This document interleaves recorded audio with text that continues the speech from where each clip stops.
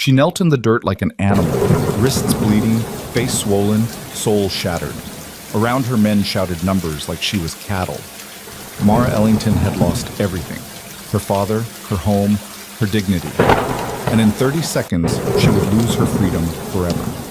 But then, a stranger walked through the saloon doors. $1,000.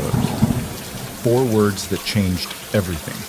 This is the story of how a broken woman and a silent lawman burned down an empire of corruption. Stay until the end, and comment your city so I can see how far this story travels. The sun over Santo Vega didn't shine. It punished. July in the New Mexico territory brought a heat so vicious it could kill a man standing still. The kind of heat that made the air shimmer like water, that cracked the earth into jagged scars, that sent rattlesnakes deep into the rocks just to survive. And on this particular afternoon, as the temperature climbed past 100 degrees, the cruelty of the land seemed almost merciful compared to the cruelty of the men gathered in the town square. They called it an auction, but everyone knew what it really was. Mara Ellington knelt on a wooden platform that had been hastily constructed in front of the Silver Spur Saloon. Her wrists were bound behind her back with rough hemp rope that had already rubbed her skin raw. Blood, dried and fresh, caked the corners of her mouth where Sheriff Vernon Barlow had struck her that morning. Her dress, once a modest blue cotton that her father had bought her for her 21st birthday, was now torn at the shoulder and stained with dirt. Her dark hair hung in tangled waves across her face, hiding eyes that had gone empty 3 days ago. 3 days. That was how long it had taken for her entire world to collapse. "Gentlemen," Sheriff Barlow's voice boomed across the square, silencing the murmur of the crowd. He was a thick man, barrel-chested and red-faced, with a smile that never quite reached his eyes. His badge caught the sunlight as he stepped onto the platform beside Mara, and he placed one meaty hand on her shoulder like a rancher displaying a prize heifer. "What we have here is a unique opportunity. A young woman of good health, strong constitution, and..." He paused, letting his gaze crawl over her in a way that made several men in the crowd chuckle. Obvious appeal. Mara didn't move, didn't flinch, didn't give him the satisfaction. She had learned in those 3 days that fighting only made things worse, that screaming only entertained them, that begging only made Sheriff Barlow hit harder. So she knelt in the dirt and the heat and the humiliation, and she let her mind drift somewhere far away, to the ranch, to her father's voice, to the smell of coffee brewing at dawn, and the sound of cattle lowing in the distance. "Now, I know what some of you are thinking," Barlow continued, pacing the platform with theatrical flair. "You're thinking, Sheriff, how can this be legal? How can you sell a white woman like she's property?" He held up a folded document, waving it so the crowd could see the official seal pressed into the paper. "I'll tell you how. Miss Ellington's father, God rest his soul, died owing this town a considerable debt, and according to territorial law, when a man dies without heirs of majority and without the means to settle his accounts, his remaining property, including any unmarried daughters, falls to the jurisdiction of the local authority for dispensation." It was a lie. Every word of it was a lie. Mara's father, Thomas Ellington, had been one of the most successful ranchers in the territory. His spread, the Double Star Ranch, covered nearly 3,000 acres of prime grazing land, with water rights to Coyote Creek and a herd of over 500 head. He had been healthy, prosperous, and beloved by everyone who knew him, until 6 months ago. That was when the trouble started. First, it was the bank, suddenly claiming that Thomas had taken out loans he'd never heard of. Then it was the cattle, 300 head vanishing in a single night, rustled by men who left no track. Then it was the water. Someone had dammed Coyote Creek upstream, turning the pastures to dust. And then 3 weeks ago, Thomas Ellington was found dead in his own barn. Heart failure, the doctor had proclaimed, a doctor who arrived from Santa Fe the day before and left the day after, and who no one in town had ever seen before or since. Mara knew the truth. Her father had been murdered, and now the same men who had killed him were about to sell her like livestock. "Let's start the bidding at $50, Barlow announced, his voice cutting through the oppressive heat. "Do I hear 50? A hand shot up near the back of the crowd. 50! Mara recognized the voice. It belonged to Cornelius Drake, the owner of the territory's largest mining operation, a man known for working his laborers to death and for keeping a rotation of domestic servants in his private quarters. Servants who, according to whispered rumors, rarely lasted more than a few months before being replaced. 50 to Mr. Drake. Do I hear 60? 60. Another voice. This one belonging to a cattle baron named Whitmore, who had 3 wives buried in the cemetery and a 4th who rarely left the house without bruises. 70. Drake again, his voice sharp with irritation. 80. 100. The numbers climbed, and with each bid, Mara felt another piece of herself crumble away. She had always believed, perhaps naively, that there were limits to what men would do, that somewhere, somehow, decency would prevail, that someone would stand up and say this is wrong. But no one did. The crowd pressed closer, eager and hungry, their faces blurred into a mass of leering eyes and open mouths. Some were miners, their hands blackened with ore dust. Some were ranchers, their boots caked with mud. Some were townsmen, shopkeepers and clerks and ordinary citizens who had known her father, who had tipped their hats to her on the street, who had called her Miss Mara, with smiles that now seemed like masks hiding something rotten underneath. 200, Whitmore shouted, his face flushed with competitive fury. 250, Drake countered. They were fighting over her like dogs over a bone. And all around them men were laughing, joking, placing side bets on who would win. Mara closed her eyes. Father, she thought, I'm sorry. I'm so sorry I couldn't save the ranch. I'm sorry I couldn't find proof of what they did to you. I'm sorry I wasn't stronger. 300. 350. If there's any justice in this world, any God watching from above, please let this end. $400, final offer. Drake's voice cracked with desperation. He was not a man accustomed to being outbid. Sheriff Barlow grinned, clearly enjoying the spectacle. 400 to Mr. Drake. Going once, going twice. The saloon doors creaked open. At first, no one noticed. The crowd was too focused on the platform, too caught up in the frenzy of the auction. But then a ripple of silence began to spread from the back of the gathering, moving forward like a wave, until even Sheriff Barlow paused mid-sentence. A man stood in the doorway of the Silver Spur. He was tall, well over 6 feet, with broad shoulders and a lean, weathered frame that spoke of years spent under open skies. His clothes were simple: black boots, dust-covered trousers, a dark shirt buttoned to the collar, and a long coat that hung past his knees. His hat was pulled low, casting his face in shadow, but even without seeing his features, there was something about him that commanded attention. Something dangerous. Something still. The crowd parted as he walked forward, his boot heels making no sound on the packed dirt. He moved like a man who had all the time in the world, unhurried, unafraid, utterly certain of his place in it. When he reached the front of the gathering, he stopped. For a long moment, he simply looked at the platform, at Sheriff Barlow's sweating face, at the wooden block where Mara knelt, the rope cutting into her wrists, and the blood dried on her lips. Then he spoke. $1,000. His voice was quiet, not soft. There was nothing soft about it, but quiet, the way thunder is quiet in the moment before it breaks. The crowd went absolutely silent. Sheriff Barlow recovered first, though his smile had become fixed and brittle. I'm sorry, stranger, but I don't believe I caught your name. The man reached up and pushed his hat back slightly, revealing a face that was neither handsome nor ugly, just hard. Hard like stone, hard like the desert, hard like a life spent doing things that left marks on a man's soul. His eyes were pale gray, almost colorless, and they fixed on Barlow with an intensity that made the sheriff take an involuntary step back. Name's Gage Thorne, the stranger said, Marshal of Red Bluff, and I believe I just made a bid. A murmur rippled through the crowd. Marshal. The word carried weight, federal authority that superseded any local sheriff's jurisdiction. Barlow's face went from red to white in the space of a heartbeat. Now, Marshal, he said, his voice losing some of its boom, this is a perfectly legal proceeding under territorial law. I have documentation. I'm sure you do. Thorne reached into his coat, and for one tense moment, Every man in the crowd wondered if he was going for a gun. Instead, he produced a leather wallet and counted out bills with deliberate slowness.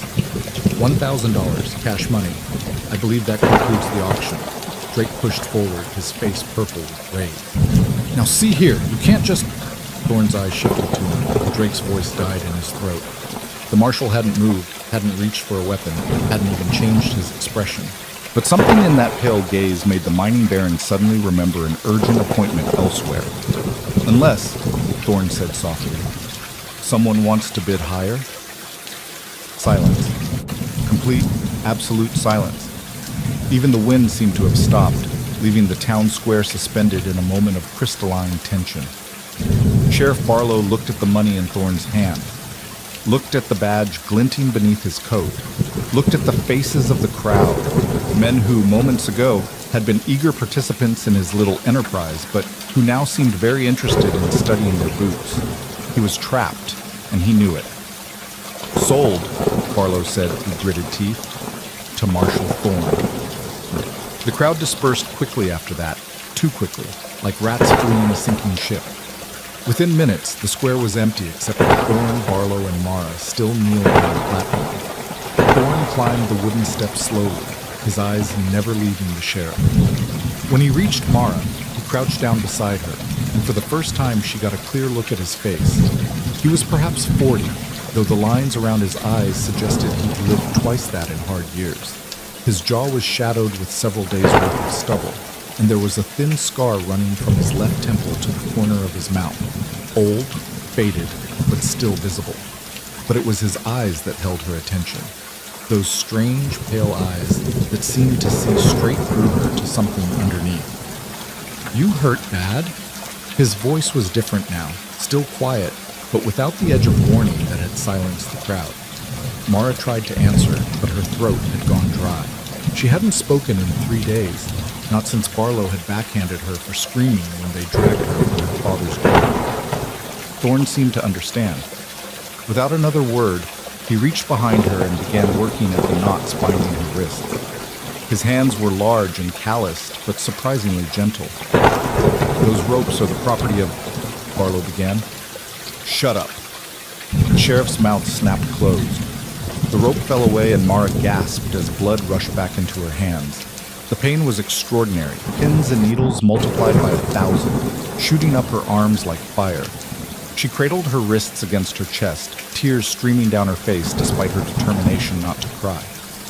Thorne stood and extended a hand. She looked at it, at the scars across his knuckles, the dirt beneath his nails, the steady, unwavering offer. Then she looked up at his face. Why? It was barely a whisper, scraped raw from her throat. Thorne didn't answer immediately. Instead, he glanced at Barlow, a look that contained a promise, a threat, and a warning all at once, before turning back to Mara. Because no one else was going to. She took his hand.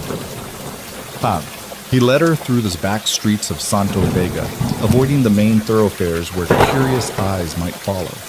His horse, a tall black gelding with a white blaze on its forehead, was tied behind the livery stable, along with a pack mule loaded with supplies. Can you ride? Thorne asked as he checked the cinches on the horse's saddle. Mara nodded. She had grown up on horseback, had been riding almost before she could walk. Her legs felt weak, her head was spinning from heat and hunger, but she could ride. Good. We need to put distance between us and this town before nightfall. He swung up into the saddle and extended his hand again. You'll ride with me until we can find you a mount of your own. She hesitated. Where are we going? North, to Red Bluff. You'll be safe there. Safe. The word felt foreign on her tongue, like a language she'd forgotten how to speak. Thorne's expression softened almost imperceptibly. I know you have no reason to trust me. I know you've just been through hell, but I'm asking you to believe me when I say... He paused, choosing his words carefully. I didn't just buy you, Miss Ellington. I'm not taking you from one prison to another. I'm taking you somewhere you can heal, somewhere you can decide what happens next. How do you know my name? I know a lot of things. He held her gaze steadily. I knew your father. The words hit her like a physical blow. She staggered backward, would have fallen if Thorn hadn't reached down and caught her arm. Easy. Easy now. I'll explain everything. I promise. But not here. Not where they can hear it. As if to punctuate his words, a door slammed somewhere in the distance, followed by raised voices. The town was waking up from its shock, and soon questions would turn to action. Mara looked back at Santo Vega, at the dusty streets where she had walked as a child, at the church where she had been baptized, at the cemetery where her father lay, in an unmarked grave because no one would help her buy a headstone. Then she looked at the stranger who had paid $1,000 to cut her ropes. She took his hand and let him pull her up onto the horse. They rode north as the sun began its long descent toward the western mountains, casting the desert in shades of orange and gold and deep, bruised purple. Thorn kept the horse at a steady pace, fast enough to cover ground, slow enough not to exhaust the animal. The pack mule followed behind, its hooves raising small clouds of dust that hung in the still air. Mara sat in front of Thorn, her body rigid with tension despite her exhaustion. She could feel the heat of him at her back, the steady rhythm of his breathing, the way his arms bracketed her as he held the reins. It should have felt threatening, the stranger's body so close to hers, but somehow it didn't. Somehow, against all reason, she felt secure. They didn't speak for the first hour. The desert rolled past in waves of sagebrush and red rock, broken occasionally by the skeleton of a dead cottonwood or the flash of a jackrabbit darting for cover. Hawks circled overhead, riding the thermals, their shadows sliding across the earth like dark omens. Finally, when Santo Vega had disappeared completely behind them and the first stars were beginning to appear in the darkening sky, Thorn spoke. "There's a canyon about 2 miles ahead. Good water, good cover. We'll make camp there for the night." Mara nodded, but said nothing. "There's food in the pack," he continued. "Beans, hardtack, some dried beef. Not much, but enough to get your strength back." Still nothing. Thorn was quiet for a moment, then, "You don't have to talk if you don't want to. I understand, but if you have questions about me, about what just happened, about what comes next, I'll answer them. No secrets. Not with you." Something in his voice, a note of genuine honesty that cut through the numbness surrounding him, made Mara finally turn her head to look at him. "You said you knew my father." "I did." "How?" "It's a long story. We have time." A ghost of a smile crossed Thorn's weathered face. "Fair enough." He adjusted the reins slightly, guiding the horse around a patch of loose rock. "I met Thomas Ellington 15 years ago in a mining town called Copper Ridge up in Colorado. He was running cattle through the territory, and I was a different man then. Younger, angrier, looking for trouble and usually finding it." "You were an outlaw?"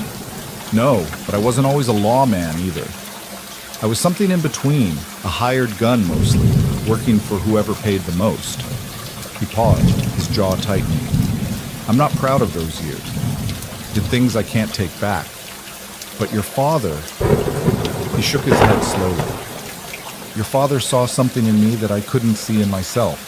Gave me a job on his cattle drive when no one else would. Treated me like a man instead of a weapon. And when I finally got my head on straight, when I decided to pin on a badge and try to do some good in this world, he was the one who wrote the letter of recommendation that got me my first posting." Mara absorbed this in silence. She had known her father was kind, had seen it in the way he treated his workers, in the gentle patience he showed the horses, in the stories he told her every night before bed. But she had never known this. Never known that his kindness had reached a stranger in a mining town and helped shape him into something better. "When did you last see him?" she asked. 2 years ago. I stopped by the Double Star on my way to take up a position in Red Bluff. We sat on his porch, drank whiskey, talked about the old days." Thorn's voice grew heavy. "He told me about you, said you were the best thing that ever happened to him. Said he worried about leaving you alone in this world because he knew..." He stopped abruptly. "Knew what?" "Nothing. It doesn't matter now." "Tell me." Mara's voice was stronger now, sharpened by something that might have been anger. "You said no secrets." Thorn was silent for a long moment. Then he sighed, the sound of resignation. He knew someone was coming for him. Didn't know who exactly, but he knew. Said he'd made enemies, powerful enemies, by refusing to sell his land to the mining consortium. Said they'd tried to buy him out half a dozen times, and when he wouldn't budge, the threat started. Letters. Dead animals left on his property. Shots fired in the night. Mara's hands clenched into fists. Why didn't he tell anyone? Why didn't he come to you? He didn't want to involve anyone else. Thought he could handle it on his own. Thorne's voice was bitter now, edged with old grief. Stubborn fool. I told him to write if things got worse. Told him I'd come running no matter what. But the next letter I got wasn't from Thomas. It was from a lawyer in Santa Fe, telling me he was dead. And that's when you came. That's when I came. It took me 3 weeks to get here. Had to close out some business in Red Bluff first, make sure my deputies could handle things while I was gone. By the time I arrived, you were already... He trailed off. Already being sold. Mara's voice was flat, empty. I'm sorry. The words were inadequate. They both knew it, but they were sincere. If I'd been faster, you came. She turned to look at him again, and this time there were tears on her cheeks, though her expression remained hard. That's more than anyone else did. They reached the canyon as full dark settled over the desert. It was a narrow cut in the red rock, protected on 3 sides by sheer walls that rose 20 feet into the star-filled sky. A thin stream trickled along the bottom, fed by some underground spring, and a cluster of juniper trees provided cover from any eyes that might be watching from above. Thorne helped Mara down from the horse, then went about the business of making camp with the efficiency of long practice. He gathered wood for a fire, unpacked supplies from the mule, spread a bedroll in the most sheltered spot. Here, he handed her a canteen. Drink slowly. Your body's been through a lot. The water was warm and tasted of leather, but to Mara it was the sweetest thing she had ever experienced. She drank, fighting the urge to gulp, while Thorne heated a can of beans over the small fire. Can I ask you something? She said when her throat felt human again. Anything. That money, the $1,000. Where did it come from? Thorne's expression flickered, just for a moment, but Mara caught it. Does it matter? It matters to me. He was silent for a long moment, stirring the beans with a wooden spoon. Finally, he said, it was my savings. 15 years worth. Everything I had. Mara stared at him. Everything? Every cent. But why? You didn't even know me. You could have ridden past Santo Vega without stopping. Could have pretended you never saw that auction. Could have let them sell you like an animal. Thorne's voice was sharp now, cutting. Could have watched while they destroyed the daughter of the only man who ever believed in me.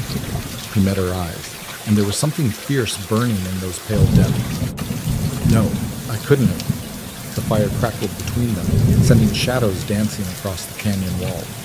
Besides, Thorne added, his voice softening, money can be earned again. Some things can't be replaced. Mara didn't know how to respond to that. Didn't know what to do with the storm of emotions, gratitude, confusion, grief, something else she couldn't name, that was building inside her chest. So instead, she asked another question. What happens now? Thorne handed her a tin plate of beans. Now, you eat, then you sleep.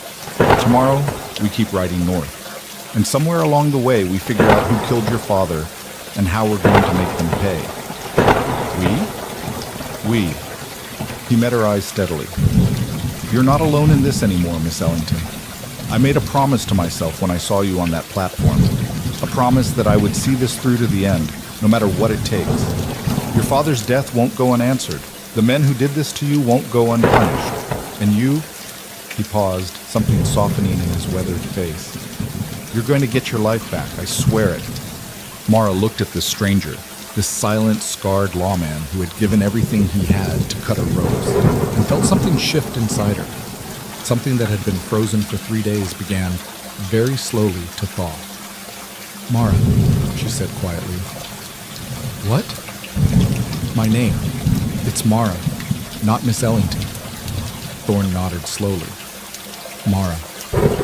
She ate her beans in silence after that, watching the stars wheel overhead and listening to the soft sounds of the desert night. And when exhaustion finally claimed her, and she lay down on the bedroll Thorne had prepared, she found herself slipping toward sleep faster than she would have thought possible. The last thing she saw before darkness took her was Thorn's silhouette against the dying fire, sitting upright, rifle across his knees, keeping watch over her through the long hours of the night. Morning came slowly to the canyon, the sun taking its time to climb over the eastern walls and chase away the shadows. Mara woke to the smell of coffee brewing and the sound of Thorn moving quietly around the camp. She lay still for a moment, her mind struggling to reconcile the events of the past few days. Part of her still expected to wake up in her own bed with the double star, to hear her father's footsteps in the hallway, to discover that everything, the death, the auction, the stranger, had been nothing but a terrible dream. But the ache in her wrists was real. The split in her lip was real. And when she opened her eyes, the red rock walls of the canyon were undeniably, inescapably real. Coffee's ready. Thorn's voice, quiet and steady. She sat up, wincing at the stiffness in her muscles, and accepted the tin cup he handed her. The coffee was strong and bitter, but it cleared the fog from her mind and put warmth back into her bones. "How do you feel?" Thorn asked. Thorn teared. Mara considered the question. "Alive," she said finally. "I feel alive." It seemed to be the right answer.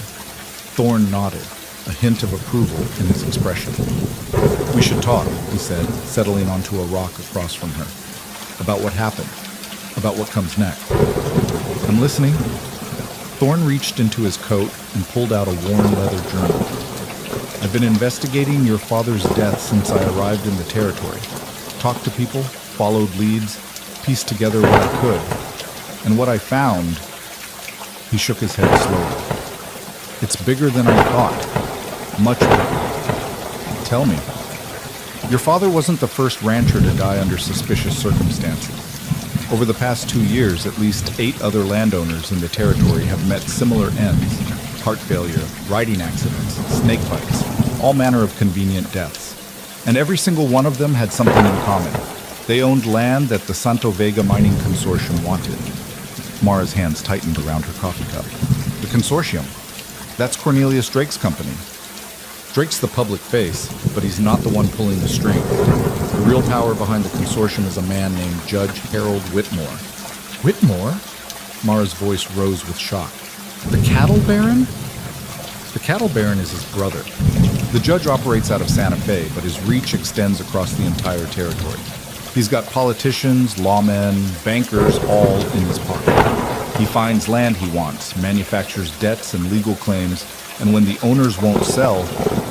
Thorn's jaw tightened. "He makes them disappear. And Sheriff Barlow? One of Whitmore's men. Has been for years. He handles the local arrangements." Mara's mind was racing, trying to process this flood of information.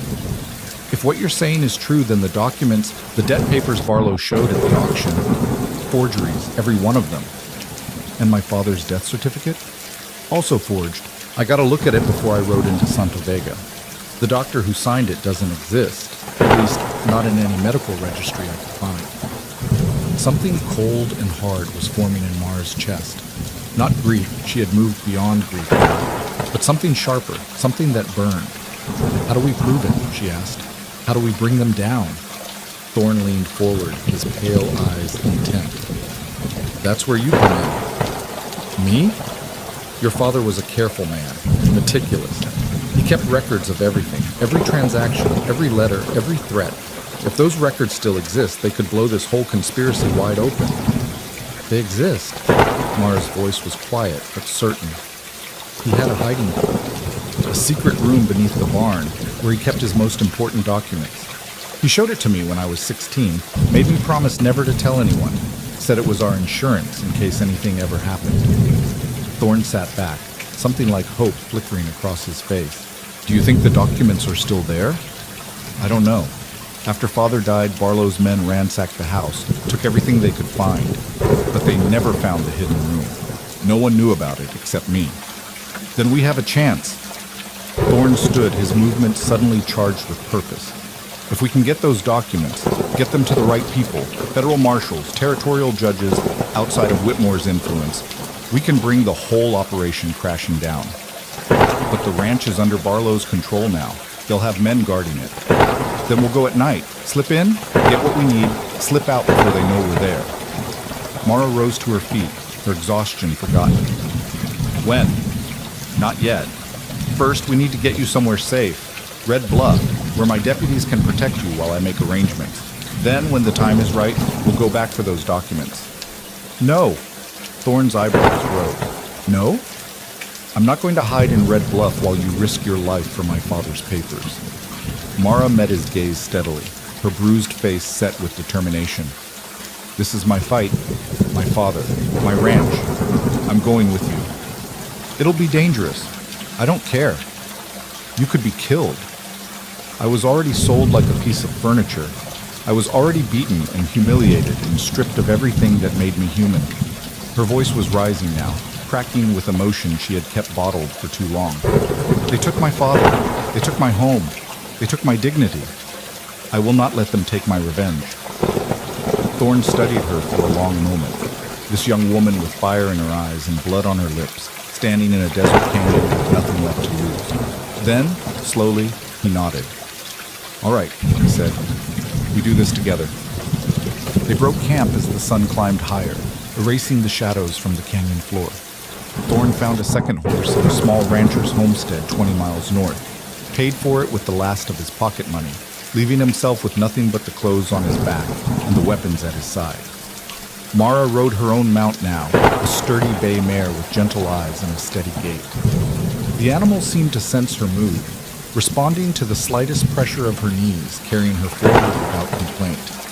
They traveled for 3 days, skirting the main trails and avoiding the towns where Barlow's influence might reach. Thorne knew the territory well, knew which canyons offered shelter, which springs held water, which passes were watched, and which were forgotten.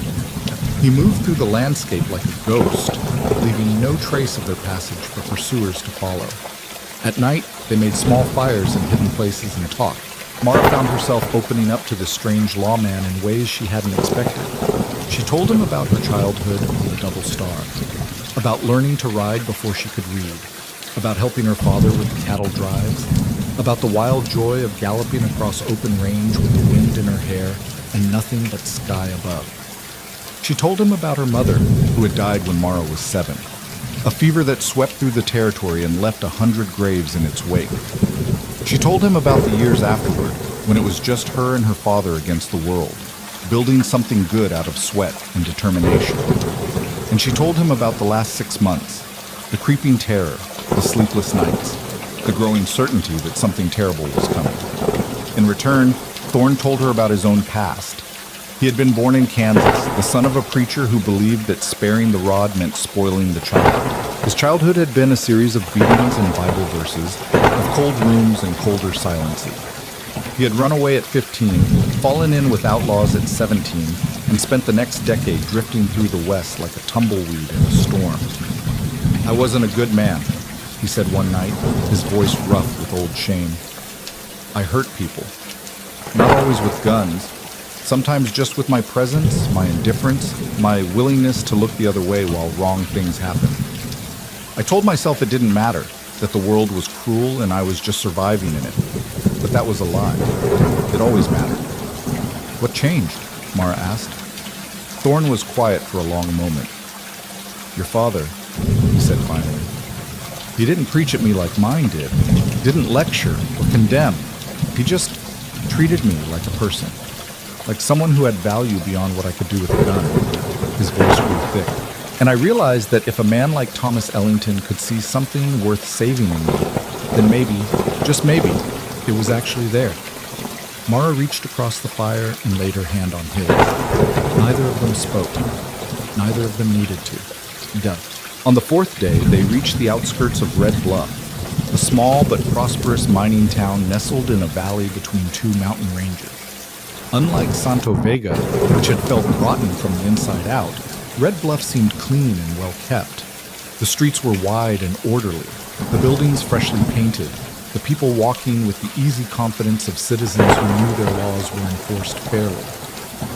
Home, Thorne said, a rare note of warmth in his voice. It's beautiful, Mara admitted. It is. And more importantly, it's safe. Whitmore's reach doesn't extend here, not yet anyway. My deputies are good men, and the town council is honest. You can rest here, recover your strength, while we, Mara corrected. Thorne sighed, but there was a hint of amusement in it. While we make plans. They rode into town as the sun was setting, painting the mountain peaks in shades of gold and road. People stopped on the sidewalks to watch them pass. Curious glances that lingered on Mara's bruised face and torn dress before shifting to Thorne with something like recognition. "Marshal, you're back!" A young man in deputy's clothes came running from the sheriff's office, his face split with a grin. "We weren't expecting you for another week." "Change of plans, Billy." Thorne swung down from his horse. "Get Doc Harrison. Tell him I've got a patient who needs looking at." Billy's grin faded as he got a closer look at Mara. "What happened to her?" "Long story. Just get the doc." "Yes, sir." The deputy took off at a run. Thorne helped Mara down from her horse, keeping a steadying hand on her arm as they walked toward the office. "There's a room in the back," he said. "Clean bed, hot water, and no one will bother you until you're ready." "Marshal Thorne." Mara stopped just inside the doorway, turning to face him. "I never thanked you properly for what you did. For what you're doing." Thorne's weathered face softened. "You don't have to thank me." "Yes, I do." She held his gaze steadily. "You gave up everything, your savings, your safety, your peace, for a woman you'd never met. That's not nothing. That's..." She struggled to find the word. "That's more than anyone has ever done for me. Your father would have done the same." "My father is dead." Her voice cracked slightly, but she pushed through. "You're alive, and you chose to stand up when everyone else sat down. That matters. It matters more than I can say." Thorne was silent for a long moment. Then, very slowly, he reached out and brushed a strand of hair from her face, a gesture so gentle, so careful, that it made Mara's breath catch in her throat. "Get some rest," he said quietly. "Tomorrow, we start planning, and when we're done..." His eyes hardened with promise. "The men who destroyed your world are going to answer for what they did. Every last one of them." Mara nodded, tears pricking at her eyes for the first time since she'd knelt on that auction block. These were different tears. These were the tears of someone who had found, against all odds, a reason to hope. The doc came and went, cleaning her wounds and pronouncing her battered but unbroken. She slept for 14 hours straight, sinking into the clean sheets like a stone dropping into deep water. When she woke, sunlight was streaming through the window, and she could hear voices in the outer office. Thorne conferring with his deputies, discussing routes and timetables and the disposition of Barlow's forces. Mara lay still for a moment, feeling the warmth of the bed around her, the softness of the pillow beneath her head. For the first time in weeks, she didn't feel afraid. For the first time in weeks, she felt like herself. Not the broken girl on the auction block, but Mara Ellington, daughter of Thomas Ellington, rancher and survivor and a woman with fire in her veins. They had taken so much from her, but they hadn't taken everything. They hadn't taken her will. They hadn't taken her memory. And they hadn't taken her hunger for justice. She rose from the bed, wincing at the lingering aches in her muscles, and walked to the window. Outside, Red Bluff was coming to life. Shopkeepers opening their doors, children running to school, miners heading up the mountain with their picks over their shoulders. It was a good town, an honest town, the kind of town her father had dreamed of building on the Double Star. "I'm going to get it back," she thought fiercely. "I'm going to get it all back. And the men who killed you, the men who sold me like livestock, they're going to pay." She didn't know how. She didn't know when. But standing there in the morning light, watching the peaceful streets of Red Bluff, and thinking of the documents hidden beneath her father's barn, Mara Ellington made herself a promise. This wasn't over. It was just beginning. The days in Red Bluff passed slowly, each one bleeding into the next like watercolors on wet paper. Mara spent the first week doing little more than sleeping and eating, her body demanding rest with an urgency that surprised her. She hadn't realized how close to breaking she had been until she finally stopped running. Doc Harrison came by every morning to check her wounds, clucking his tongue at the rope burns on her wrists and shaking his head at the fading bruises on her face. He was a kind man, silver-haired and soft-spoken, with hands that moved with the gentle precision of someone who had spent a lifetime mending broken things. "You're healing well," he told her on the 7th day, unwrapping the bandages from her wrist to examine the raw skin beneath. The scarring will be minimal if you keep them clean and let them breathe. Mara looked down at her wrists, at the angry red lines that circled them like bracelets of shame. Will they fade completely? Doc Harrison hesitated, and in that hesitation, she found her answer. Some marks, he said carefully, become part of who we are.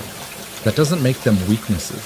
Sometimes it makes them reminders of what we survived. After he left, Mara stood at the window of her small room, watching the street below.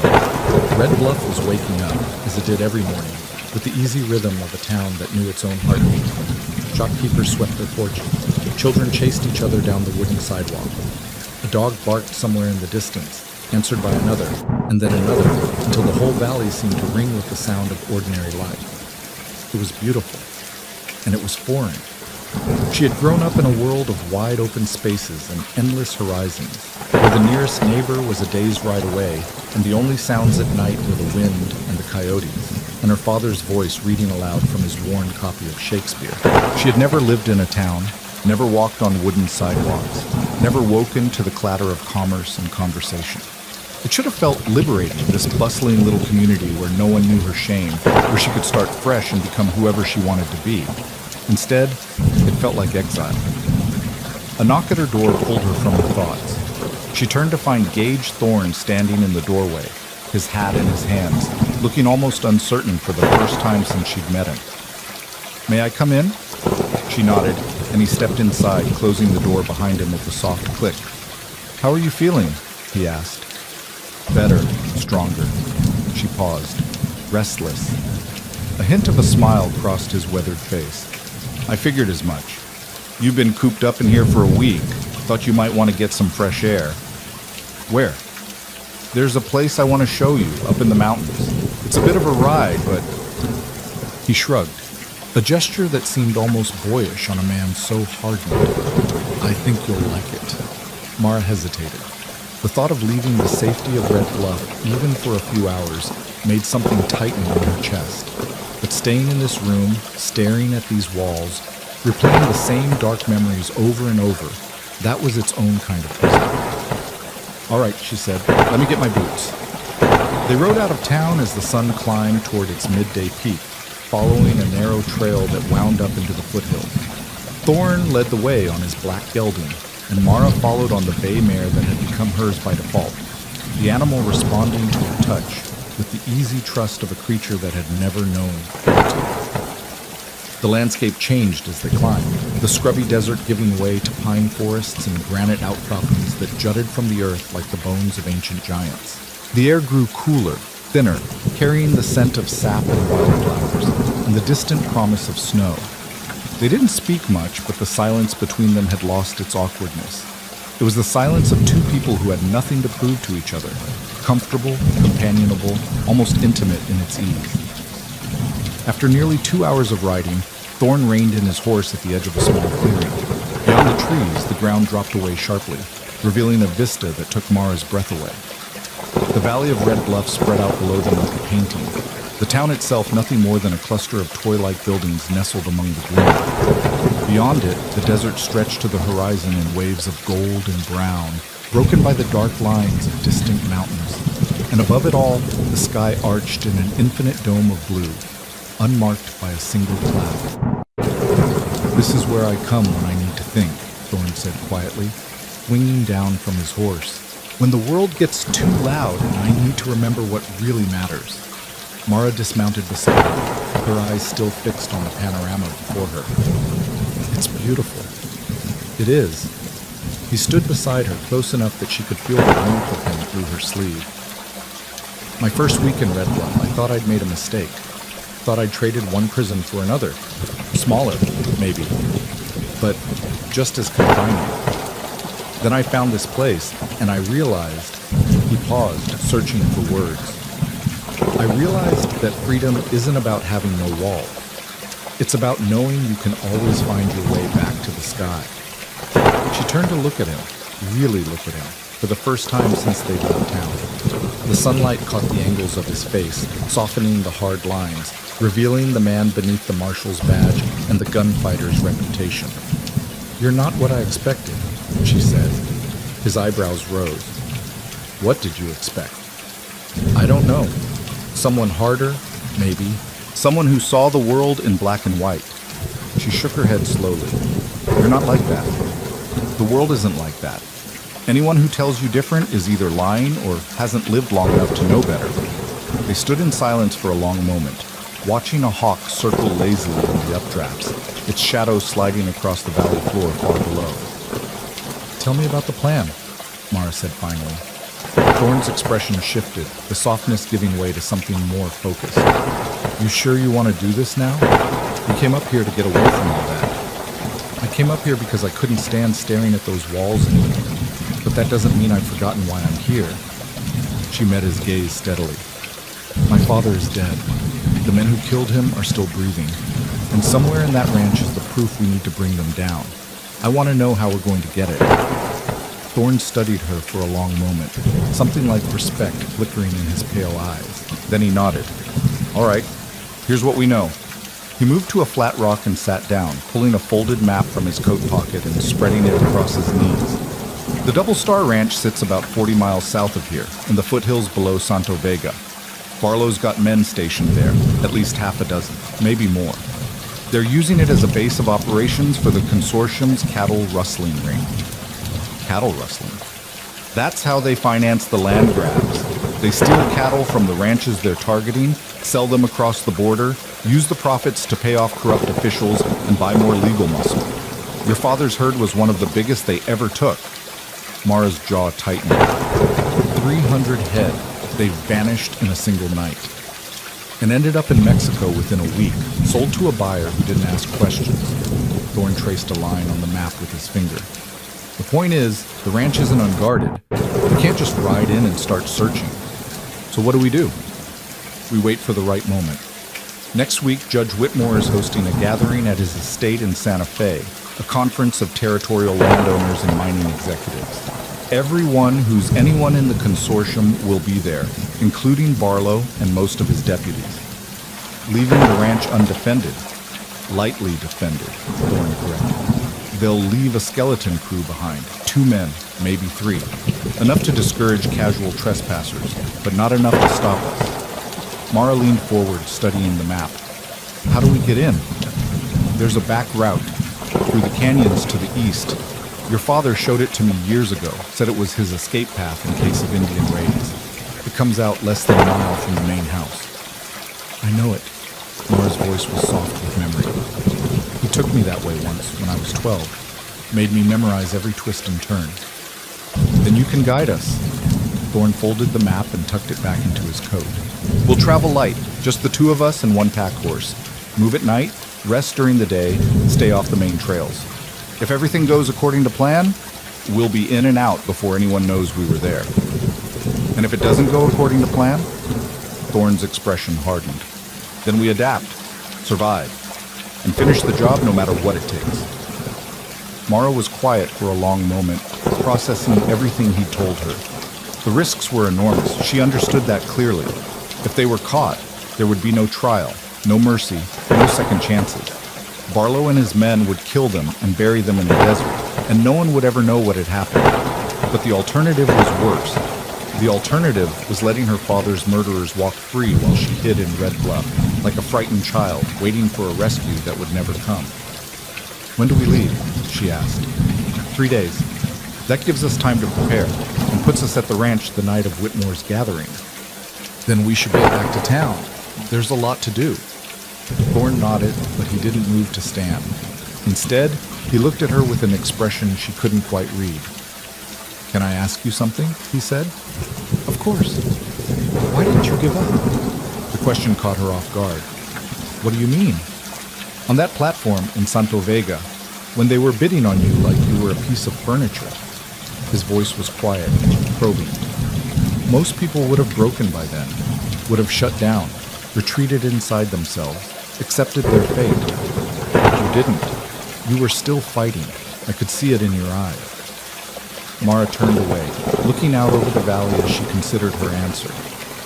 My mother died when I was 7, she said finally. It was a fever, one of those things that comes out of nowhere and takes everything you love in the space of a week. I remember sitting by her bed, holding her hand, watching her slip away. And I remember thinking, Her voice caught, and she had to pause before continuing. I remember thinking that I would never feel pain like that again, that nothing could ever hurt as much as losing her. But your father's death did. No. She shook her head slowly. My father's death was different. It hurt. God knows it hurt. But it wasn't the same. Because when my mother died, I was helpless. I was a child. There was nothing I could do. She turned back to face him, and her eyes were blazing. When my father died, I wasn't helpless anymore. I was a grown woman. And even when they beat me, even when they dragged me to that platform and put me on my knees in front of those vultures, I knew that I still had a choice. I could break, or I could survive. I could accept what they were doing to me, or I could fight with every breath in my body until I couldn't fight anymore. Thorn was silent, watching her. You want to know why I didn't give up? Mara took a step closer to him, her voice dropping to barely more than a whisper. Because giving up means they win, and I will never let them win. For a long moment, neither of them moved. The wind rustled through the pine trees around them, carrying the scent of wildflowers and the distant cry of the circling hawk. Then Thorn stood, and there was something new in his expression, something that might have been admiration or understanding, or perhaps something deeper still. Your father was right about you, he said quietly. What did he say? He said you had iron in your spine, said you were the strongest person he'd ever known, and that if anything ever happened to him, you'd be the one to carry on. Thorn's voice roughened with emotion. He was proud of you, Mara. More proud than I think you know. The tears came then, hot and sudden and completely unexpected. Mara tried to blink them back, tried to maintain the composure she'd been clinging to for so long, but they fell anyway, tracing wet lines down her bruised cheeks. Thorn didn't say anything. He simply stepped forward and wrapped his arms around her, pulling her against his chest in an embrace that was neither romantic nor paternal, but something else entirely. The embrace of one survivor to another, two souls who had been broken by the world and were slowly learning to put themselves back together. She cried into his shirt, her shoulders shaking with sobs she had been holding back for weeks. She cried for her father, for her mother, for the life she had lost and the future that had been stolen from her. She cried for the girl on the auction block and the woman she was becoming, for the fear that still lurked in the shadows of her mind and the rage that burned like fire in her heart. And when the tears finally stopped, when she lifted her head and stepped back to look at Thorn through swollen eyes, she felt something she hadn't felt in a very long time. She felt clean. Thank you, she whispered. For what? For seeing me. Not the victim. Not the damaged girl. Just me. Thorn's hand came up to cup her cheek, his rough thumb brushing away the last of her tears with impossible gentleness. That's all I've ever seen, he said. The ride back to Red Bluff was quiet, but it was a different kind of quiet than before. Something had shifted between them on that mountain overlook. Some invisible barrier had crumbled, allowing them to exist in each other's presence with a new kind of ease. Mara found herself watching Thorn as they rode, studying the way he moved in the saddle, the way his eyes constantly scanned the terrain around them, the way his hand rested near his holstered pistol with the casual readiness of a man who had faced danger so many times it had become second nature. He was not handsome, not in the conventional sense.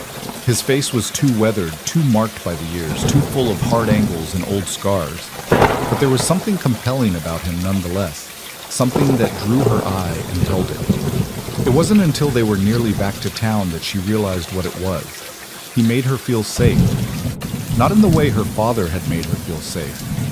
That had been the safety of childhood, of innocence, of not yet knowing how cruel the world could be. This was different. This was the safety of a woman who knew exactly how dangerous the world was, and who had found someone willing to stand between her and that danger. It was a strange feeling after everything she'd been through. Strange and unexpected and almost frightening in its intensity. But she didn't push it away. Instead, she held on to it like a lifeline in a storm, knowing that in the days ahead, she would need every source of strength she could find. The next 3 days passed in a blur of preparation. Thorn gathered supplies, ammunition, rations, medical supplies, rope, tools, loading them onto a sturdy pack mule that Billy had procured from a local rancher. Mara spent her time poring over maps of the territory, committing every trail and landmark to memory, refreshing her knowledge of the route through the eastern canyons. In the evenings, they ate dinner together in Thorne's quarters, a modest room above the marshal's office, furnished with little more than a bed, a desk, and a wood-burning stove.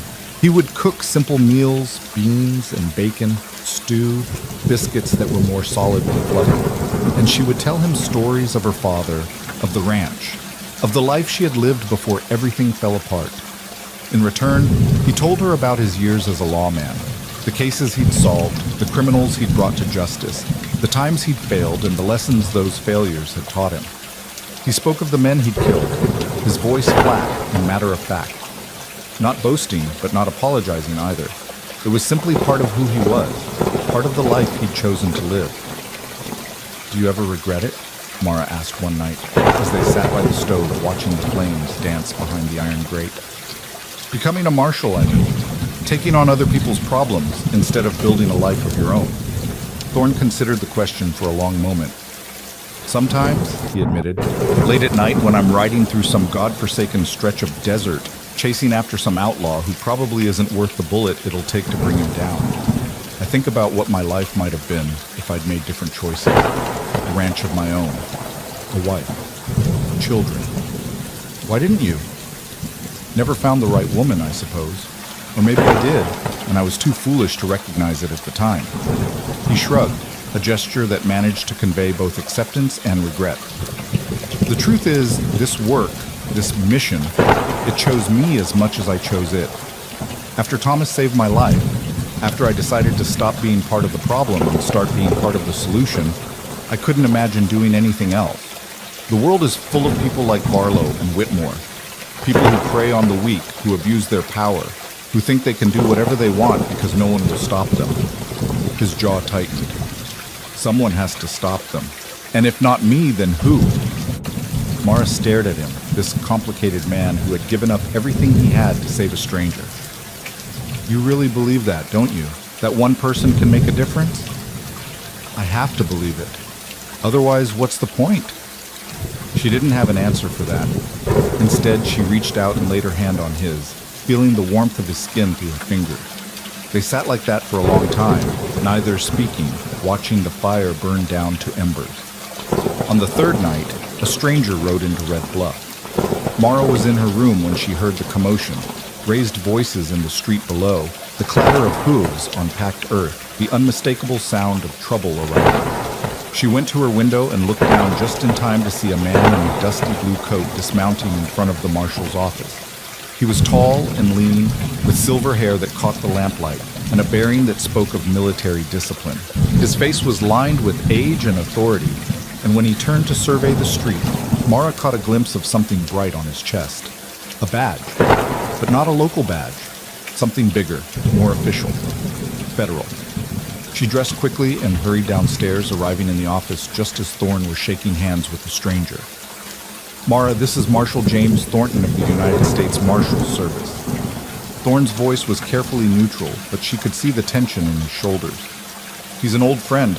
We served together in Kansas before I came west." "Ma'am." Thornton tipped his hat, his eyes sharp and assessing. "Gage has told me about your situation. I'm sorry for your loss." "Thank you." She looked between the two men, trying to read the undercurrents flowing between them. "Why are you here?" Thornton exchanged a glance with Thorne. "I think that's a conversation best had in private." They gathered in Thorne's quarters, the door locked and the curtains drawn. Thornton stood by the window, his back to the room, while Thorne leaned against his desk, and Mara sat on the edge of the bed, her hands clasped tightly in her lap. "I've been investigating Judge Harold Whitmore for 2 years, Thornton began, his voice low and clipped. "We know he's behind the land-grabbing operation. We know he's got half the territorial government in his pocket. What we don't have is proof, hard evidence that would stand up in a federal court." "The documents at the ranch," Mara said. "That's why you're here." Thornton turned to face her. "Gage sent word about what you told him. If those papers exist, if they really contain what you say they do, they could be the key to bringing down Whitmore's entire operation. Not just him, but everyone connected to him. Banks, politicians, lawmen. His eyes narrowed. Sheriff Barlow. Mara felt a surge of fierce satisfaction. Then you'll help us retrieve them. That's the plan. The three of us, moving together. I've got federal authority to operate anywhere in the territory, which means Barlow and his men can't touch us.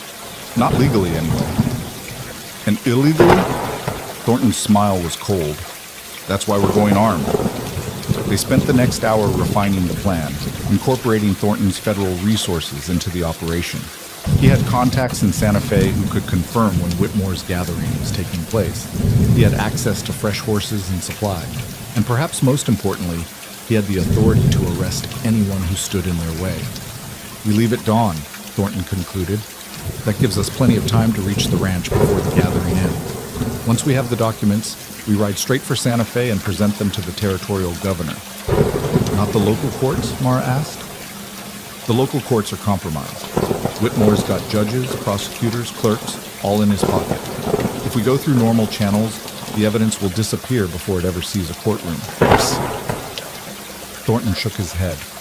No, we go straight to the top. Governor Axtell is an honest man. Once he sees what we found, he'll have no choice but to act. Mara looked at Thorne. You're sure about this? I trust James with my life, he said simply. And more importantly, I trust him with yours. She held his gaze for a long moment, searching for any hint of doubt or deception. She found none. All right, she said finally. Dawn it is. That night, Mara couldn't sleep. She lay in her narrow bed, staring at the ceiling, listening to the sounds of Red Bluff settling into darkness. Somewhere in the distance, a dog barked. A woman laughed. A door slammed, and footsteps faded into silence. Tomorrow, she would ride back to the place where her father had died. Tomorrow, she would face the ghosts of her past. Tomorrow, everything would change. The thought should have terrified her, and perhaps, in some deep part of her soul, it did. But the fear was distant now, muffled by layers of determination and resolve. She had made her choice on that mountain overlook. When she told Thorne why she hadn't given up on that auction platform, she would not give up now. She would not give up ever. A soft knock at her door pulled her from her thoughts. She rose, wrapping a shawl around her shoulders, and opened it to find Thorne standing in the hallway. Couldn't sleep either, he asked. She shook her head. Me neither. He hesitated, then, mind if I come in? She stepped aside to let him pass. He stood in the center of her small room, looking oddly out of place among the feminine furnishings, the lace curtains, the flowered bedspread, the porcelain wash basin on the dresser. For a moment, neither of them spoke. Then Thorne said, I've been thinking about what happens after. After what? After we get the documents. After Whitmore and Barlow are arrested. After all of this is over. He met her eyes, and there was something vulnerable in his expression, something she had never seen before. Where will you go? Mara hadn't thought about it. Not really. Her entire focus had been on revenge, on justice, on making the men who had destroyed her life pay for what they'd done. She hadn't considered what would come after, what kind of future might be waiting for her on the other side of this crusade. I don't know, she admitted. The ranch is gone, legally anyway. Even if we bring down the consortium, even if my father's name is cleared, the Double Star isn't mine anymore. The bank foreclosed. The cattle are scattered across Mexico. There's nothing left to go back to. Then build something new. She looked at him sharply. What do you mean? I mean, he took a step closer to her, his voice dropping to barely more than a whisper. I mean, you don't have to do this alone. Whatever comes next, wherever you decide to go, you don't have to face it by yourself. Mara's heart was pounding. Are you saying what I think you're saying? I'm saying that I've spent 15 years keeping people at arm's length, telling myself I didn't need anyone, that I was better off alone, that relationships were a weakness I couldn't afford. He reached out and took her hand, his fingers curling around hers with surprising tenderness. And then I saw you on that platform, and something changed. Something I can't explain and can't ignore. Gage, I'm not asking for anything, he said quickly. I know you've been through hell. I know you need time to heal. I'm not trying to rush you into something you're not ready for. He drew a shaky breath. But I want you to know that when this is over, when you're free to choose your own path, I'd like to walk that path with you, if you'll have me." Mara stared at him, at this man who had given up everything to save her, who had treated her with nothing but kindness and respect, who had seen her at her lowest and never once looked away. And she felt something crack open inside her chest. Not breaking, healing. "I don't know what the future holds," she said slowly. "I don't know who I'm going to be when all of this is over, but I know one thing." She stepped closer, close enough to feel the warmth of his body through her thin nightgown. "I know that I wouldn't be here without you, and I know that whatever happens next, I want you to be part of it." Thorn's breath caught. "Mara." She rose on her toes and kissed him. It was a gentle kiss, tentative and exploratory, two wounded souls reaching out to each other across the darkness.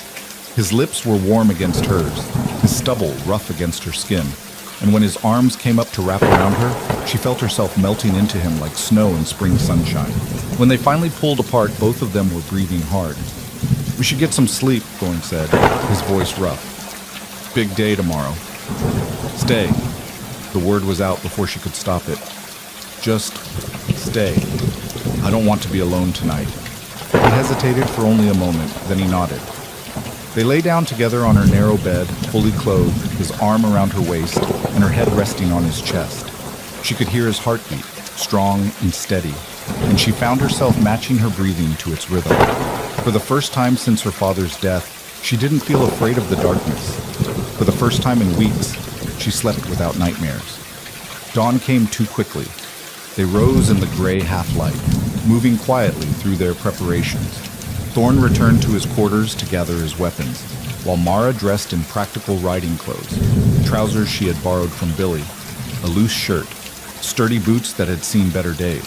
By the time the sun cleared the eastern mountains, they were assembled in front of the marshal's office.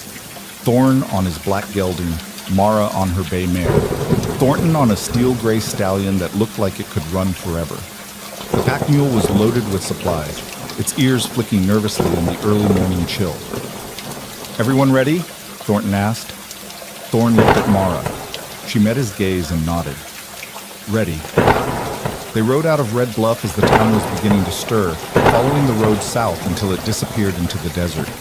Then they turned east toward the mountains, toward the canyons, toward the ranch where Mara's father had lived and died. The first day passed without incident. They traveled in silence for the most part, conserving their energy for the journey ahead. The terrain grew rougher as they climbed into the foothills, the trail narrowing to little more than a goat path that wound between towering rock formations. Thornton rode in front, his eyes constantly scanning the horizon. Thorn brought up the rear, his rifle across his saddle, his posture alert and ready. And Mara rode between them, her mind churning with memories she had tried so hard to forget. That boulder there. She had climbed it with her father when she was 8, laughing as he pretended to be unable to keep up. That twisted pine tree, she had carved her initials into its bark one summer afternoon, marking her territory like a queen claiming her kingdom. That dry creek bed, she had followed it all the way to its source once, discovering a hidden spring where deer came to drink at dawn. Every landmark was a ghost, a reminder of a life that had been stolen from her. But she didn't cry. She had done her crying. Now was the time for action. They made camp that night in a shallow cave, hidden from view by a curtain of juniper branches.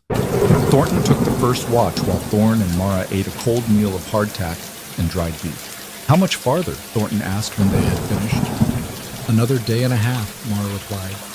"We'll reach the canyon entrance by tomorrow evening if we keep this pace." "And the ranch itself?" "A few hours beyond that. We should arrive well after midnight, late enough that anyone on watch will be tired, but early enough that we'll have time to search before dawn." Thornton nodded, apparently satisfied. "Try to get some sleep. I'll wake you in 4 hours." But Mara couldn't sleep. She lay beside Thorn, listening to his steady breathing, watching the stars wheel slowly overhead through the gap in the branches. Tomorrow night, she would walk through the door of the house where she had grown up. She would stand in the rooms where her father had laughed and cried and lived and died. She would descend into the hidden chamber beneath the barn and retrieve the documents that would bring his killers to justice. And then, she didn't know what came next, but for the first time that uncertainty didn't feel like terror. It felt like possibility. The second day brought trouble. They had just entered the canyon system, a maze of narrow passages and sheer cliffs that Mara knew as well as her own face, when Thornton held up his hand, signaling a halt. "Riders," he said quietly. 2 miles back, moving fast. Thorn pulled his rifle from its scabbard. "How many?" "Hard to say. At least 4, maybe more." "Barlow's men?" "Could be, or just travelers passing through." Thornton's expression was grim. "Either way, we can't take any chances. Is there another route?" Mara thought quickly, running through the mental map of the canyon she had built over years of exploration. "There's a side passage about half a mile ahead. It's narrow, barely wide enough for one horse, but it comes out near the eastern ridge. We can circle around and approach the ranch from the back." "Will it cost us time?" "A few hours, maybe more." Thornton exchanged a glance with Thorn. "Better late than dead." They pushed on, moving as quickly as the treacherous terrain would allow. The side passage was exactly where Mara remembered. A crack in the canyon wall that looked like nothing more than a shadow until you were standing directly in front of it. They had to dismount and lead their horses through single file, the rock walls pressing close enough to scrape against their shoulders. Mara went first, picking her way over loose stones and ducking under low-hanging outcroppings. Behind her, she could hear Thorn murmuring reassurances to his gelding, which was snorting nervously at the confined space. It took nearly an hour to reach the other side, and when they finally emerged onto the eastern ridge, the sun was already sinking toward the horizon. "We'll have to push through the night," Thornton said, checking his pocket watch. "Can't afford to lose any more time." Mara nodded, though exhaustion was beginning to pull at her limbs. "I know the way. I can lead us even in the dark." True to her word, she guided them through the moonless night, relying on memory and instinct to navigate the treacherous terrain. By the time the first hint of false dawn began to lighten the eastern sky, they were within sight of the Double Star Ranch. It looked different in the darkness, smaller somehow, and sadder. The main house was dark, no light showing in any of the windows. The barn loomed to the left like a hunched giant. Beyond them both, the empty corrals and overgrown pastures spoke of a ranch that had been abandoned, forgotten, left to decay. "2 guards," Thornton reported, his voice barely above a whisper. "One at the front door, one walking the perimeter." "Only 2, boy?" Mara asked. "I told you, skeleton crew. Most of Barlow's men will be at Whitmore's gathering. Then we wait until they change shifts. The relief will be tired, less alert." She pointed towards a cluster of rocks overlooking the property. "We can watch from there." They settled in to wait, the cold of the pre-dawn hours seeping into their bones. Mara watched her childhood home through narrowed eyes, cataloging every change, every sign of the men who had invaded it. New curtains in the front windows, cheap, gaudy things that would have made her father scowl. A pile of empty bottles beside the porch, evidence of nights spent drinking instead of working. A broken fence rail that no one had bothered to repair. These men didn't care about the ranch. They didn't care about the land or the animals or the legacy that Thomas Ellington had spent his life building. They were parasites, nothing more. Feeding on what others had created, destroying what they couldn't consume. And tonight, Mara would take back what they had stolen. The guard change came just as the eastern sky began to pink with the approaching sunrise. Mara watched as a sleepy-looking man stumbled out of the bunkhouse to relieve the perimeter guard, scratching himself and yawning. "Now," she whispered. They moved like shadows, 3 shapes flowing through the darkness toward the barn. Thorn led the way, his footsteps utterly silent on the packed earth. Thornton brought up the rear, his pistol drawn and ready.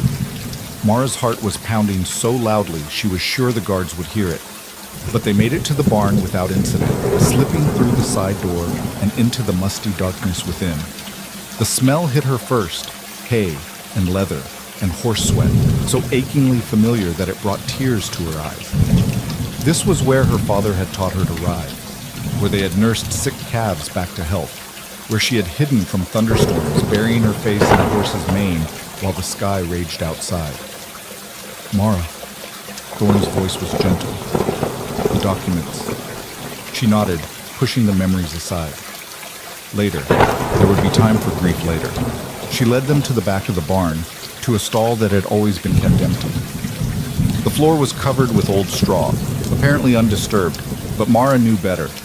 She knelt and brushed the straw aside, revealing a wooden trapdoor set into the earth. "Help me with this." Thorn crouched beside her, and together they lifted the heavy door. A ladder descended into darkness below. "I'll go first," Mara whispered. "There may be traps." She climbed down carefully, testing each rung before putting her weight on it. The hidden room was exactly as she remembered, small and musty, lined with shelves that held her father's most precious possessions. His wedding ring, which he had removed after her mother's death and never worn again. A lock of hair from Mara's first haircut. A faded daguerreotype of a woman with kind eyes and a gentle smile. And in the corner, a locked strongbox. Mara's hands trembled as she lifted it from its shelf. She knew the combination by heart, her mother's birthday, and the lock clicked open with a sound that seemed impossibly loud in the stillness. Inside was everything they needed. Letters from Judge Whitmore to Sheriff Barlow, detailing payments for services rendered. Forged debt documents, complete with the seal of a bank that had never actually issued them. A ledger of cattle sales, showing exactly where the stolen herds had gone and who had profited from them. And most damning of all, a sworn statement from the fake doctor, admitting that Thomas Ellington's death certificate had been falsified. Mara clutched the documents to her chest, tears streaming down her face. "Got it," she called up. "I've got everything." She climbed back up the ladder, Thorn's hands reaching down to help her. They were so close now, so close to justice, to revenge, to finally making things right. That was when the barn door slammed open. "Well, well," said a voice Mara would never forget. "Look what the cat dragged in." Sheriff Vernon Barlow stepped into the light, flanked by half a dozen armed men, and he was smiling. The barn seemed to shrink around them as Barlow's men fanned out, their rifles trained on the three figures standing in the shadows. Mara felt Thorn's hand close around her arm, pulling her behind him even as he raised his own weapon. "I wouldn't do that if I were you, Marshal." Barlow's voice was thick with satisfaction. "You're outnumbered and outgunned, and my boys here have been drinking all night. Their aim might be a little shaky. Wouldn't want any accidents." Thorn didn't lower his rifle. "How did you know we were coming? You think I survived this long by being stupid?" Barlow stepped forward, his boots crunching on the straw-covered floor. "I've got eyes everywhere, Thorn. Every town, every trail, every canyon in this territory. The moment you rode out of Red Bluff, I knew about it." "The gathering in Santa Fe," Thornton said, his voice flat. "It was a trap." "Now you're catching on." Barlow grinned, revealing tobacco-stained teeth. "There never was a gathering. Just a story we spread around, knowing that sooner or later it would reach the right ears." His gaze shifted to Mara, and his smile turned cruel. "Hello again, sweetheart. Miss me?" Mara's grip tightened on the strongbox. She could feel the documents inside, the weight of all that evidence pressing against her chest. They had come so close, so impossibly close. "You killed my father," she said, her voice steady despite the terror coursing through her veins. "Your father killed himself when he refused to sell his land." Barlow shrugged, as if discussing the weather. "We gave him every chance, made him generous offers. But he was stubborn, just like you." He took another step forward, close enough now that Mara could smell the whiskey on his breath. "Should have known his daughter would be trouble too. That's why I'm not making the same mistake twice." "What's that supposed to mean?" Thorn demanded. Barlow's eyes never left Mara's face. "It means I'm done playing games." The auction was a nice touch. "Got to admit, I enjoyed watching you squirm up there on that platform, but it attracted too much attention.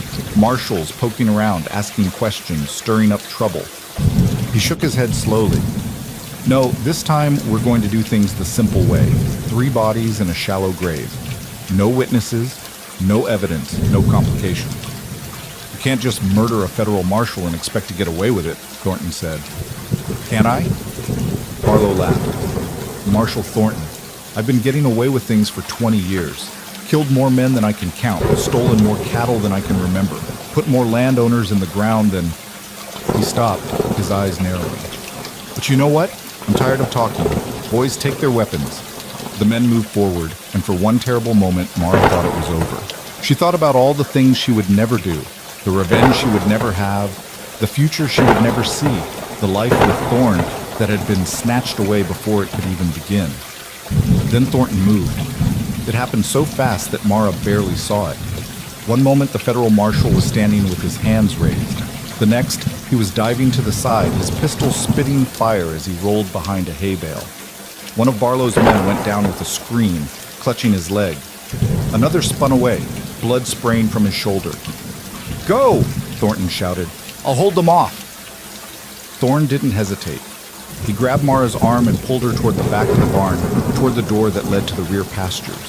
Bullets whined through the air around them, punching holes in the wooden walls, sending splinters flying. They burst through the door into the cold night air. The moon had risen while they were inside, casting the landscape in shades of silver and shadow. Mara could see the horses. Their horses, tied to a fence post 50 yards away. "Run!" Thorne pushed her forward, turning to fire back through the open doorway. "Get to the horses! Don't stop for anything!" She ran. Her boots pounded against the hard earth, her lungs burning with each ragged breath. Behind her, she could hear the crack of gunfire, the shouts of men, the chaos of a battle she couldn't see. The strongbox was clutched to her chest like a lifeline, its contents bouncing against her ribs with each desperate stride. The horses were spooked by the noise, dancing and pulling at their reins. Mara fumbled with the knots, her fingers clumsy with fear. "Come on! Come on!" The rope came free just as Thorne reached her side. "Mount up!" He was already swinging onto his gelding, reaching down to help her onto the bay mare. "Thornton's buying his time, but it won't last. We need to—" A gunshot cracked through the night, and Thorne jerked. Mara watched in horror as he slumped forward in the saddle, his hand going to his side. Blood, black in the moonlight, seeped between his fingers. "Gage!" "I'm fine." His voice was tight with pain. "Just a graze. Keep riding." But she could see the truth in his face, could see the way his jaw clenched against the agony. It wasn't a graze. It was bad. Maybe worse than bad. They rode anyway. The horses' hooves thundered across the empty pastures, heading for the eastern canyons. Mara could hear pursuit behind them, horses, shouts, the occasional crack of a distant rifle. But she didn't look back. Looking back wouldn't help. Looking back would only slow them down. The canyon entrance loomed ahead, a dark gash in the moonlit cliffs. Mara guided her mare toward it without thinking, her body moving on instinct while her mind struggled to process what was happening. Thorne was hurt. Thornton was still at the ranch, fighting alone against impossible odds. And Barlow's men were gaining on them, their horses fresh and their riders motivated by greed and bloodlust. They weren't going to make it. The thought crystallized in her mind with terrible clarity. They weren't going to outrun their pursuers. They weren't going to reach Red Bluff. They weren't going to deliver the documents to the governor. All of it. The weeks of planning, the hope of justice, the promise of a future was going to end here, in this god-forsaken canyon, with bullets in their backs and their bodies left for the coyotes. No. The word came out of her mouth before she knew she was speaking. No. She had not survived the auction to die like this. She had not found Thorne, had not discovered love in the ashes of her grief, had not come this far just to fail. "Mara," Thorne's voice was weak, his words slurring. "There's a place up ahead, narrow passage, can hold them off." She saw what he meant, a gap in the canyon wall, barely wide enough for a single horse. The perfect choke point, the perfect place to make a stand. "Can you shoot?" she asked. "I can, still pull a trigger." That would have to be enough. They dismounted at the entrance to the narrow passage, Thorne leaning heavily against his horse as Mara helped him to the ground. His shirt was soaked with blood now, the wound worse than he had admitted. But his eyes were still clear, and when she pressed his rifle into his hands, his grip was steady. "Get behind me," he said. "When they come through—" "No!" Mara drew her own pistol, one of Thorne's spares, pressed into her hands during their flight from the barn. "We fight together, side by side." "Mara, you don't—" "I know how to shoot." Her voice was fierce. "My father taught me. Said a woman in this territory needed to know how to defend herself." She met his eyes, willing him to understand. "I'm not hiding anymore, Gage. I'm done being a victim." For a moment, something softened in his pain-ravaged face. Then he nodded. "Together," he agreed. They waited. The sounds of pursuit grew louder, horses' hooves, men's voices, the jingle of metal. Mara counted the seconds, her finger resting lightly on the trigger of her pistol. Her heart was pounding so hard she could hear it in her ears. Her hands were steady. The first rider appeared at the canyon entrance, silhouetted against the moonlit sky. Thorn fired. The man toppled from his horse with a cry, hitting the ground hard enough to raise a cloud of dust. Before he could move, before he could even reach for his fallen weapon, Mara squeezed her trigger and sent a bullet into his chest. 2 more riders came through, and they dropped them both. Thorn's rifle speaking once, twice, each shot precise despite his injury. The bodies piled up at the canyon entrance, creating a barrier that forced the remaining pursuers to dismount. "There's too many," Thorn gasped, reloading with hands that trembled. "I count at least 4 more, maybe 5. Mara's pistol was empty. She fumbled for more bullets, her fingers slick with sweat. Where were they? Where? A figure burst through the gap to her left, moving faster than she would have thought possible. She saw the glint of moonlight on a knife blade, saw the snarl on the man's face as he lunged for her throat, and then the man's head snapped back, a dark hole appearing in his forehead, and he collapsed at her feet. "Miss me?" Mara spun around. Marshal James Thornton was climbing through a crack in the canyon wall, his clothes torn and his face bloody, but his eyes very much alive. He was limping badly, and one arm hung limp at his side, but he was carrying a smoking pistol in his good hand and wearing a grin that seemed entirely inappropriate for the circumstances. "Thornton!" Thorn's voice cracked with relief. "You thought wrong." The federal marshal slid into cover beside them, wincing as his injured leg gave way. "Took a bullet in the arm and played dead. They bought it long enough for me to slip out the back." He glanced at the bodies piled at the canyon entrance. "I see you two have been busy." "There's more coming," Mara said. "Then we'd better even the odds." Thornton reached into his coat and pulled out a stick of dynamite. Where he had gotten it, Mara couldn't imagine. "Cover your ears." He lit the fuse and hurled it toward the canyon entrance. The explosion was deafening. The ground shook beneath their feet, and a wall of rock and dust came crashing down, sealing the narrow passage with tons of debris. When the dust settled, silence fell over the canyon. No more gunshots, no more shouting, just the soft moan of the wind and the distant cry of a nightbird. "That'll hold them for a while," Thornton said, satisfaction in his voice. "But not forever. We need to keep moving." Mara looked at Thorn. He was pale, far too pale, and his breathing had become shallow and labored. The blood stain on his shirt had spread, reaching now almost to his belt. "He needs a doctor," she said. "There's a logging camp about 10 miles from here," Thornton replied. "Friends of mine. They'll have medical supplies, horses, men who can help us." He looked at Thorn, his expression grim. "Can you make it?" Thorn's jaw tightened. "I'll make it." They helped him onto his horse, Mara climbing up behind him to keep him steady in the saddle. Thornton took the lead, guiding them through the darkness by instinct and starlight. The ride was agony. Every step the horse took sent a fresh wave of pain through Thorn's body. Mara could feel him trembling against her, could feel the heat of fever already beginning to build in his skin. She held on to him as tightly as she could, whispering words of encouragement that she wasn't sure he could hear. "Stay with me, Gage. Stay with me. We're almost there." The miles stretched out like years. The stars wheeled overhead, indifferent to the struggle playing out beneath them. Mara's arms ached from holding Thorn upright, and her eyes burned with tears she refused to let fall.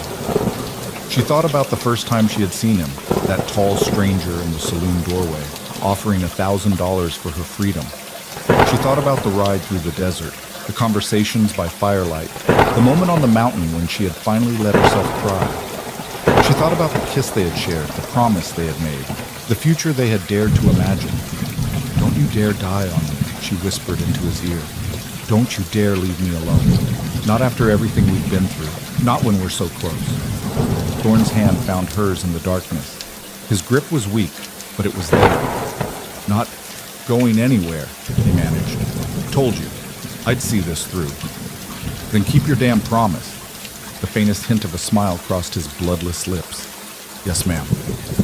Dawn was breaking when they finally reached the logging camp. It was a rough collection of buildings clustered at the base of a forested mountain.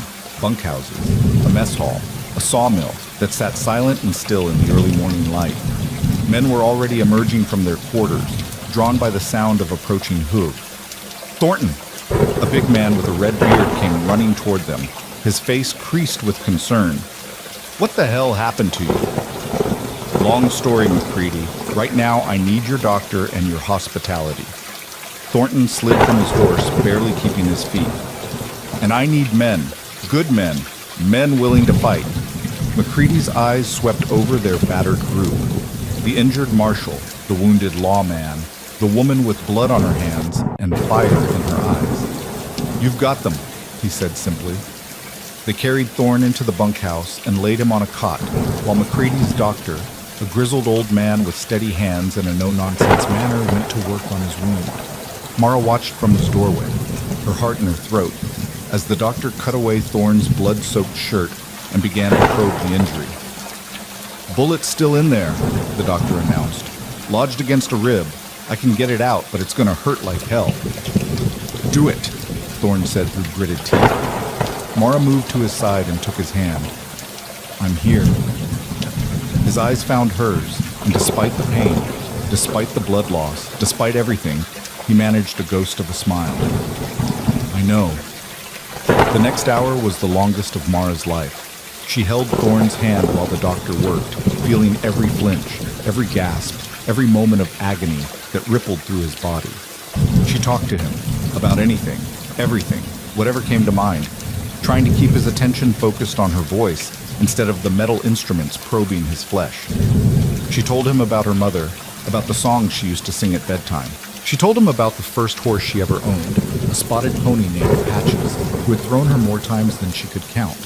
She told him about the time she got lost in the canyons as a child and spent the night curled up in a cave, terrified but determined not to cry. And through it all, Thorne held onto her hand like a drowning man holds onto a rope, his grip tightening every time the pain became too much but never letting go. Finally, the doctor held up a misshapen piece of lead, bloody and glinting in the lamplight. "Got it," he said. "Now I just need to clean and stitch. He'll live, assuming infection doesn't set in." Mara's legs gave way. She sank onto the edge of the cot, all the strength draining out of her body in a rush of relief so intense it left her dizzy. "Thank you," she whispered. "Thank you." The doctor grunted. "Don't thank him yet. He's not out of the woods, but he's strong. I can see that. And he's got something worth fighting for." His eyes flickered to Mara's face, then back to his work. "That makes a difference." While Thorne rested and the doctor finished his work, Thornton gathered the men of the logging camp in the mess hall. Mara stood beside him, the strongbox still clutched in her arms, as he laid out the situation in blunt, unvarnished terms. "Judge Harold Whitmore runs a criminal empire that stretches across this entire territory," he said, his voice carrying to every corner of the room. "He's responsible for the deaths of at least a dozen landowners, the theft of thousands of head of cattle, and the corruption of officials at every level of government. His right-hand man, Sheriff Vernon Barlow, is a murderer who sells women like livestock and buries anyone who stands in his way." A murmur ran through the assembled men. They were a rough lot, lumberjacks and sawyers, teamsters and cooks, but they had honest faces, and their eyes were hard with the look of men who knew injustice when they heard about it. "Why should we get involved?" one man called out. "This ain't our fight. Because if men like Whitmore and Barlow can do what they've done and get away with it, no one in this territory is safe." Thornton's voice rose with passion. "Today it's ranchers. Tomorrow it could be logging camps. Your land, your families, your lives." He slammed his fist on the table. "We stand together now, or we fall separately later. There is no middle ground." Silence fell over the mess hall. Mara could feel the weight of decision pressing down in the room, could see the men exchanging glances, measuring the risks against the rewards. Then McCready stood up. "I've known James Thornton for 15 years, the big man said, his voice rumbling like distant thunder. "He's never asked me for anything he wasn't willing to give himself. If he says these men are a threat to all of us, I believe him." He looked around the room, meeting the eyes of each man in turn. "I'm in. Who's with me?" One by one, hands went up. Within an hour, they had assembled a force of 20 men, loggers with axes and rifles, teamsters with shotguns and courage, Ordinary workers transformed into soldiers by the simple power of a righteous cause. Mara watched them prepare, a strange mixture of hope and dread churning in her stomach. This was really happening. After all the running, all the hiding, all the desperate hours of planning and praying, they were finally going to fight back. But Barlow would be coming. The dynamite had bought them time, but not safety. He would dig through the rubble, find a way around, track them to the logging camp, and bring the full weight of his hired guns down on their heads. The question was, would they be ready? The answer came 3 days later. Thorne was on his feet by then, pale and weak, but moving under his own power. The doctor had done good work, and whatever iron ran in the marshal's veins seemed to be proof against infection. He spent his waking hours helping to fortify the camp, directing the placement of barricades and the positioning of riflemen with the tactical mind of a man who had fought in a dozen frontier skirmishes. Mara stayed close to him, partly to help, and partly because she couldn't bear to let him out of her sight. Every time he winced at a sudden movement, every time his hand went unconsciously to his bandaged side, her heart clenched with a fear she couldn't name. "You should be resting," she told him on the second night, as they stood together on the camp's perimeter, watching the forest for signs of movement. "I'll rest when this is over." "You'll rest when you collapse from exhaustion, more like." A smile flickered across his weathered face. "You're starting to sound like my mother. Someone has to look after you, since you clearly won't do it yourself." He turned to look at her, his pale eyes soft in the moonlight. Someone hurt. She felt heat rise in her cheeks, grateful for the darkness that hid her blush. "Gage, I've been thinking," he said, his voice dropping to barely more than a whisper. "About what happens after. About what I said in Red Bluff." He paused, struggling with words that didn't come easily to a man like him.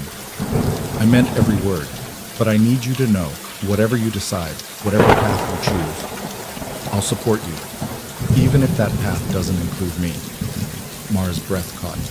"Why would you think? Because you've been through hell. Because you deserve the chance to build your own life on your own terms, without some broken-down lawman trailing after you like a lost dog." His jaw tightened. "I don't want you to feel obligated. To me or to anyone. You're free now, Mara. That's what matters." For a long moment, she couldn't speak. The weight of his words pressed down on her, forcing her to confront feelings she had been too busy, too scared, too overwhelmed to examine. Did she love him? She thought she might. The way her heart raced when he was near, the way her chest ached when he was hurt, the way she couldn't imagine a future that didn't have him in it, all of it pointed to an answer she wasn't quite ready to admit. But he was right about one thing. She had been through hell, and she was still climbing out of it, still finding her footing on the other side. She didn't know who she would be when the smoke cleared and the dead were buried. She didn't know what she would want, what she would need, what would make her whole again. All she knew was that right now, in this moment, she wanted him beside her. "I'm not choosing out of obligation," she said finally. "I'm choosing because you're the first person in my life who saw me, really saw me, and didn't look away." She reached out and took his hand, lacing her fingers through his. "Whatever comes next, I want to face it with you. Not because I owe you, because I want to." Thorne's grip tightened on her hand. For a moment, he didn't speak. Then he raised her fingers to his lips and kissed them, a gesture so tender it made her eyes burn with tears she refused to shed. "Then together it is," he said. The attack came at dawn on the third day. Mara was asleep in one of the bunkhouses when the first shots rang out, snapping her awake with the brutal efficiency of a bucket of ice water. She grabbed her pistol and ran outside to find chaos erupting around her. Barlow's men were coming from 3 directions, dozens of them, more than she had expected, pouring out of the forest like a dark tide. Gunfire crackled through the cold morning air, and men on both sides fell screaming to the ground. "The barricade!" Thornton's voice cut through the confusion. "Hold the barricade!" Mara raced toward the north side of the camp, where a makeshift wall of logs and barrels had been erected across the main approach. Thorne was already there, rifle in hand, directing fire at the advancing enemy. She dropped into position beside him, her pistol raised, and began to shoot. The battle was unlike anything she had ever experienced. In the stories her father had told, gunfights were quick and decisive. A moment of tension, a flash of violence, and then it was over. The reality was far messier. It was smoke and noise and confusion, bodies falling and men screaming, the copper stink of blood mixing with the acrid bite of gunpowder. Mara fired until her pistol was empty, reloaded with trembling fingers, fired again. She didn't think about the men she was shooting at, didn't let herself wonder about their families, their lives, the choices that had led them to this moment. There was only the gun in her hand and the targets in front of her and the desperate primal need to survive. "They're pulling back," someone shouted. It was true. The first wave of attackers was retreating, leaving behind a scattered carpet of bodies. But even as Mara felt a surge of hope, she heard Thornton curse under his breath. That wasn't a real assault. That was a test, feeling out our defenses. "How many more do you think there are?" Thorne asked. Hard to say. But if Barlow's smart, and he is, he's got reinforcements coming. This was just the opening move. They had less than an hour to regroup before the second attack came. This time, Barlow led it himself. Mara saw him through a gap in the barricade, that barrel-chested figure with the cruel smile and the badge that had once represented law and order. He was shouting orders to his men, directing them with the cold efficiency of a general commanding his troops. "Focus fire on the north wall. Davidson, take your men around the flank. I want that camp in ashes by noon." The fighting was fiercer this time. Barlow's men pushed harder, and the defenders pushed back, and the air filled with the thunder of guns and the screams of the wounded. Mara emptied her pistol twice, 3 times, her arm aching from the recoil. Beside her, Thorne was a machine, firing, reloading, firing again, with the calm precision of a man who had done this 100 times before. But she could see the strain on his face, the way his bandaged wound was seeping fresh blood through his shirt. "You're bleeding!" she shouted over the noise. "Noticed." He didn't stop firing. "Worry about it later." The battle raged for what felt like hours. Men fell on both sides, some dead, some wounded, some simply too exhausted to continue. The barricades began to splinter under the assault, gaps appearing in the defensive line. And then, just when it seemed like Barlow's forces would overwhelm them, Mara heard something that changed everything. Hoofbeat. Dozens. Coming from the west. She turned, her heart in her throat, expecting to see more of Barlow's reinforcements arriving to finish them off. Instead, she saw a column of riders cresting the hill, men in blue uniforms, with rifles gleaming in the morning sun, and a flag she recognized streaming above them, the United States Army. "Cavalry!" McCready's voice boomed across the camp. "It's the goddamn cavalry!" The effect on Barlow's men was immediate and devastating. They broke and ran, scattering into the forest like leaves before a storm. Some threw down their weapons. Others tried to fight and were cut down by the arriving soldiers. Within minutes, the battle was over. Mara stood amid the chaos, her pistol hanging limp at her side, watching as soldiers surrounded the camp and began to secure the area. She felt numb, disconnected from her body, floating somewhere above the carnage and the smoke. A hand touched her shoulder. She turned to find Thorne standing behind her, his face gray with pain, but his eyes bright with something that might have been wonder. "We won," he said. "We won," she repeated, the words feeling strange and unreal on her tongue. And then, without warning, she was crying, great heaving sobs that shook her entire body. All the fear, all the tension, all the trauma of the past weeks came pouring out of her in a flood that she couldn't control and didn't try to. Thorne pulled her into his arms, holding her close while she wept, murmuring words she couldn't hear but understood anyway. They had won. But it wasn't over yet. The cavalry had been dispatched from Fort Harrison, 50 miles to the north, after receiving word from one of Thornton's contacts in Santa Fe. They had ridden through the night to reach the logging camp, arriving just in time to turn the tide of battle. Their commander, a stern-faced major named Hadley, listened to Thornton's report with growing fury on his face. When the federal marshal finished, Hadley turned to look at the documents Mara had retrieved from her father's ranch. "This is damning evidence," he said, flipping through the pages. "Judge Whitmore, Sheriff Barlow, half the territorial government, all of them implicated in murder and fraud." "Can you arrest them?" Mara asked. "I can do better than that." Hadley's jaw set with determination. "I can escort you to Santa Fe personally, along with 50 armed soldiers. Let's see Whitmore try to make these documents disappear when he's got cavalry rifles pointed at his head." But there was one piece of unfinished business. "Where's Barlow?" Thorne asked, looking around at the captured and the dead. Silence. A cold feeling settled in Mara's stomach. She scanned the faces of the prisoners, searching for that barrel-chested figure, that cruel smile, that badge. He wasn't there. "He escaped during the battle," one of the soldiers reported. "Rode off with a handful of men before we could cut off the retreat."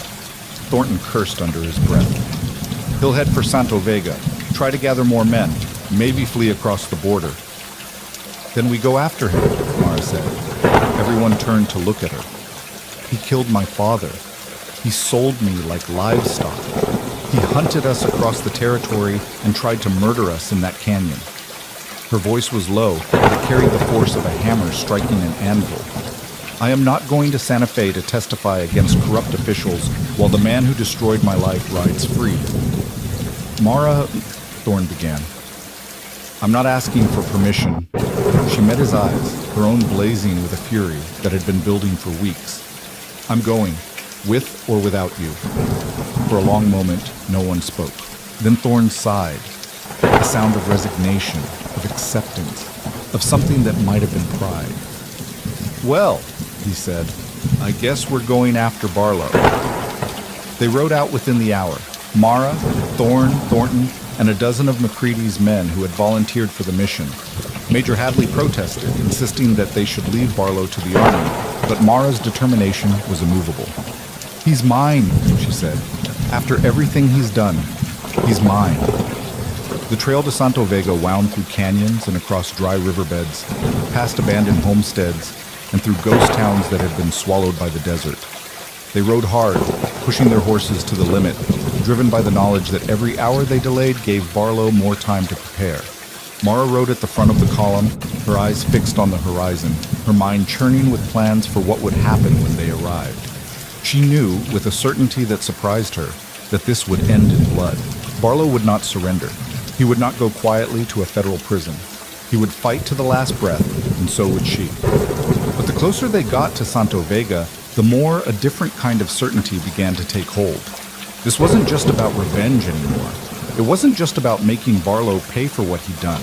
It was about something bigger, something that had been building inside her since the moment Thorne had cut her ropes on that auction platform. It was about justice, real justice. Not the kind that could be bought or sold, not the kind that depended on who had the most money or the most guns. The kind that came from standing up to evil, even when you were afraid. The kind that came from refusing to let the powerful crush the weak beneath their boots. Her father had believed in that kind of justice. He had died for it. And now, as she rode toward the final confrontation with his killer, Mara realized that she was finally ready to fight for it too. They reached Santo Vega as the sun was setting, painting the sky in shades of blood and fire. The town looked different than she remembered, smaller somehow, and dirtier. The same buildings lined the same dusty streets, but they seemed to have shrunk in the weeks since she'd last seen them. The Silver Spur Saloon, where she had been sold like cattle, sat squat and ugly at the center of town, its windows dark and its doors closed. "Looks quiet," Thornton observed. "Too quiet," Thorne agreed. His hand rested on the butt of his pistol, his eyes scanning the empty streets. "Barlow knows we're coming. He's had time to prepare." They dismounted at the edge of town, tying their horses to a hitching post near the livery stable. Mara checked her weapons, pistol loaded, rifle slung across her back, knife tucked into her boot. Her hands were steady, her heart was calm. "I'll take the front," Thorne said. "Thornton, you circle around back with half the men. The rest of you spread out and cover the streets. If anyone tries to run..." "Wait!" Mara held up her hand. "I'm going in first." "The hell you are." "He won't shoot me on sight." She met Thorne's eyes, willing him to understand. "He wants me, Gage. He's wanted me since the moment I escaped that auction block. If I walk in there alone, he'll be too busy gloating to notice you moving into position. That's suicide. It's strategy." She stepped closer to him, lowering her voice so only he could hear. "I know what I'm doing. I know the risk. But this ends tonight, one way or another. and I need to be the one to end it. Thorne stared at her for a long moment, his jaw tight with frustration and fear. She could see the battle playing out behind his eyes, the marshal who wanted to protect her warring with the man who understood her need to face this herself. Finally, he exhaled heavily. 5 minutes. I give you 5 minutes to get him talking, then I'm coming in, no matter what. That's all I need. She kissed him, quick and fierce. A promise and a goodbye rolled into one, and then she turned and walked toward the Silver Spur Saloon. The doors creaked as she pushed them open. The interior was dark, lit only by a handful of lanterns that cast dancing shadows across the walls. Tables and chairs had been overturned, and the mirror behind the bar was cracked, as if someone had thrown a bottle at it in a fit of rage. And there, sitting at a table near the back of the room, was Sheriff Vernon Barlow. He looked terrible. His clothes were torn and blood-stained, his face covered in cuts and bruises. The arrogance she remembered had been replaced by something desperate, something cornered and dangerous. But when he saw her walk through the door, a cruel smile slowly spread across his lips. "Well, well," he said. "Look who finally came home." Mara stepped deeper into the saloon, her boots making soft sounds on the sawdust-covered floor. The smell of the place was exactly as she remembered. Whiskey and tobacco smoke and something darker underneath. Something that spoke of violence and desperation and deals made in shadows. Barlow didn't move from his chair. He sat with his back to the wall, a half-empty bottle on the table in front of him and a pistol resting near his right hand. His eyes tracked her across the room with the lazy confidence of a predator watching wounded prey. "Close the door behind you," he said. "You've got some catching up to do." Mara didn't close the door. She stopped about 20 feet from his table, close enough to see the sweat glistening on his brow, but far enough that she could react if he went for his gun. "You look tired, Sheriff," she said, surprised by how steady her voice sounded. "Running for your life must be exhausting." Barlow's smile flickered. "Running? Sweetheart, I'm not running. I'm regrouping." He gestured at the empty saloon around him. "You think this is the end? You think killing a few of my boys and bringing in some cavalry changes anything? I've got friends everywhere. Judges, politicians, businessmen. One telegram and I'll have an army at my back." "Your friends are abandoning you as we speak." Mara took another step forward. "The documents we recovered from my father's ranch, they're already on their way to Santa Fe. Judge Whitmore's name is all over them. So is yours." Something shifted in Barlow's eyes, a flicker of uncertainty, quickly masked. "Those papers won't hold up in court. My lawyers, your lawyers work for Whitmore, and Whitmore is finished." She allowed herself a small, cold smile. By tomorrow morning, federal marshals will be kicking down his door. Everyone connected to your little operation, the bankers, the officials, the hired guns, they'll all be scrambling to save themselves. And you know what happens to men like you when the people above them start making deals? Barlow's hand moved slightly closer to his pistol. What happens? They become liabilities, the kind that need to disappear. For a moment, the saloon was absolutely silent. Mara could hear her own heartbeat, steady and sure. She could hear Barlow's breathing, heavier now than it had been a moment ago. And she could hear, faintly, the creak of floorboards somewhere at the back of the building, Thorne and his men moving into position. "You've changed," Barlow said finally, something like surprise in his voice. "That scared little girl on the auction block. She's gone. She died that day. The woman standing in front of you now is someone different." Barlow leaned back in his chair, studying her with new interest. "You know, I could have kept you for myself. When we were planning the auction, I thought about it. Thought about what it would be like to break you, to make you mine." His tongue darted across his lips. "I decided against it. Too much trouble, I figured. Easier to sell you off and be done with it." Mara's jaw tightened, but she kept her voice level.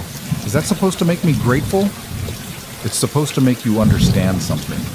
He sat forward suddenly, his eyes burning with an intensity that made her skin crawl. "I could have done anything to you, anything, and nobody would have stopped me. Your father was dead. Your ranch was gone. You had nothing and no one." His voice dropped to a whisper. "I held your entire life in my hands, Mara. I was your god. And now?" Barlow's hand closed around the grip of his pistol. "Now I'm going to finish what I started." He was fast, faster than she had expected. The gun came up in a blur of motion, the barrel swinging toward her chest. But Mara was faster. She had drawn while he was still talking, her pistol rising from her holster in a smooth arc that ended with the barrel pointed directly at his face.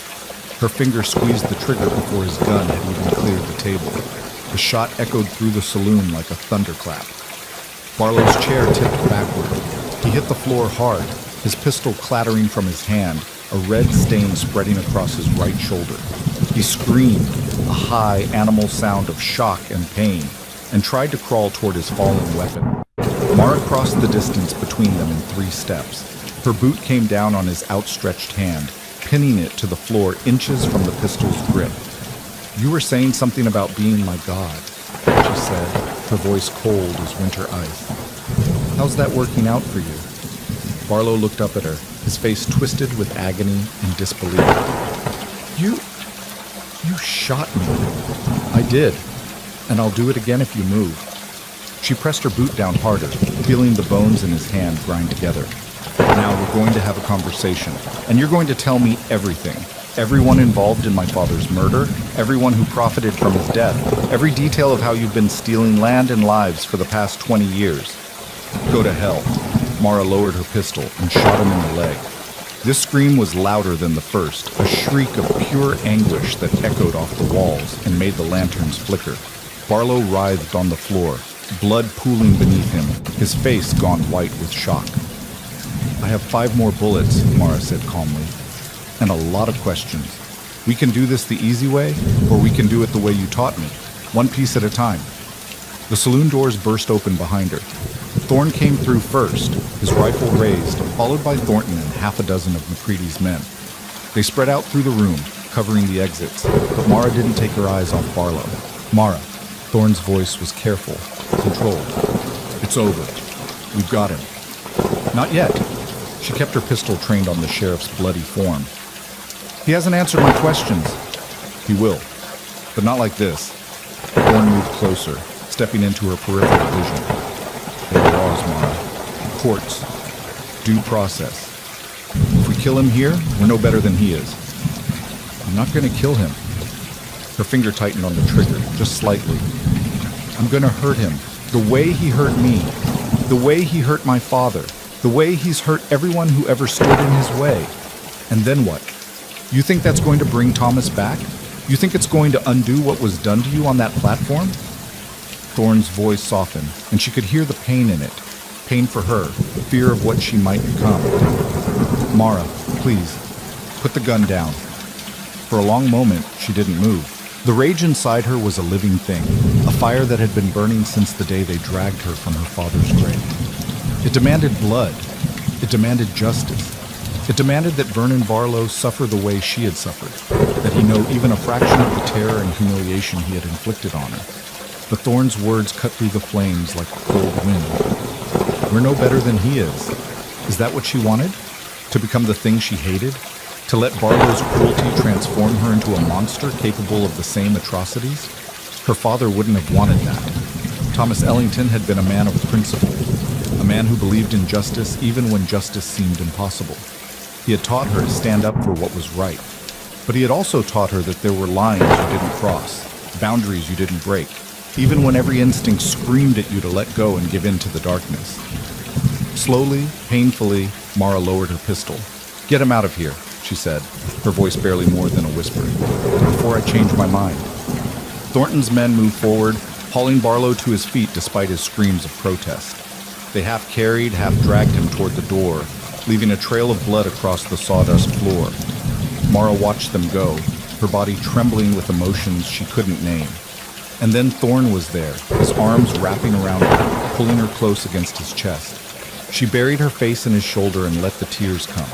Not tears of grief this time, but tears of release, of catharsis, of something very much like relief. "It's over," he murmured into her hair. "It's finally over." But it wasn't. Not quite. The next 48 hours passed in a blur of activity. Federal marshals arrived from Santa Fe, accompanied by a contingent of territorial officials who had not been corrupted by Judge Whitmore's influence. They took custody of Barlow and his surviving men, securing them in the Santo Vega jail until they could be transported to the capital for trial. Mara gave her statement to a grim-faced prosecutor named Harrison, recounting everything that had happened: the auction, the flight to Red Bluff, the raid on her father's ranch, the battle at the logging camp. She spoke for hours, her voice growing hoarse, while Harrison took notes and asked questions and occasionally shook his head in disbelief at the depths of corruption she was describing. "This will be the biggest trial in territorial history," he said when she had finished. "Every newspaper in the country will cover it.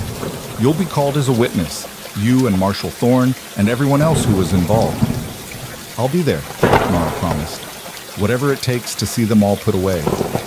But even as she said the words, part of her mind was already moving on, thinking about what came next. The immediate crisis had passed. The villains had been captured. Justice, real justice, was finally within reach. So why did she feel so empty? She found Thorne on the porch of the hotel, where they had taken rooms, sitting in a worn wooden chair and watching the sunset paint the desert in shades of gold and crimson.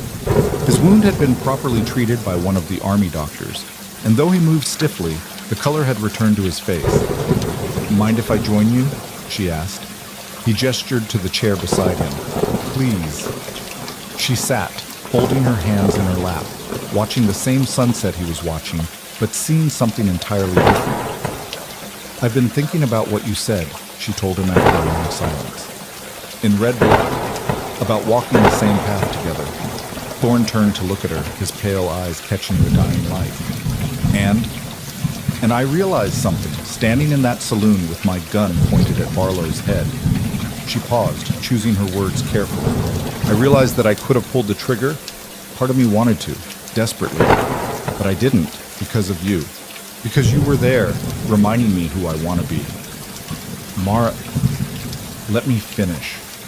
She drew a shaky breath. "My whole life I've been defined by other people. My father's daughter, the girl on the auction block, the victim, the survivor. I never got to choose who I was. It was always chosen for me." She turned to face him, and there were tears glistening in her eyes. "But now, for the first time, I get to decide. And I'm choosing you, Gabe. Not because you saved me, not because I owe you, because when I'm with you, I'm the person I want to be." Thorne was silent for a long moment. The sunset deepened around them, shadows stretching across the dusty street as the sun slipped below the horizon. Then he reached out and took her hand. "I'm not an easy man to live with," he said quietly. "I've got ghosts, lots of them. Scars that don't show on the outside, but still ache when the weather changes. I wake up some nights reaching for a gun that isn't there, fighting battles that ended years ago. I have ghosts too." "I know." His grip tightened on her fingers. "That's why I think we might just work. Two broken people putting each other back together." A smile ghosted across his weathered face. "Sounds almost romantic when you say it like that." Despite everything, the trauma, the exhaustion, the weight of all that had happened, Mara felt herself smile in return. "So what now?" she asked. "Now?" Thorne looked out at the darkening desert, at the stars beginning to appear in the indigo sky. "Now we finish what we started. We go to Santa Fe. We testify.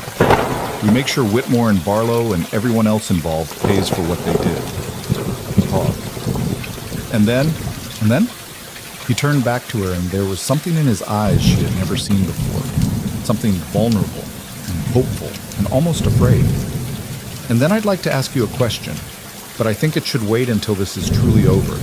Until the trials are done and the bad men are locked away and we have time to breathe."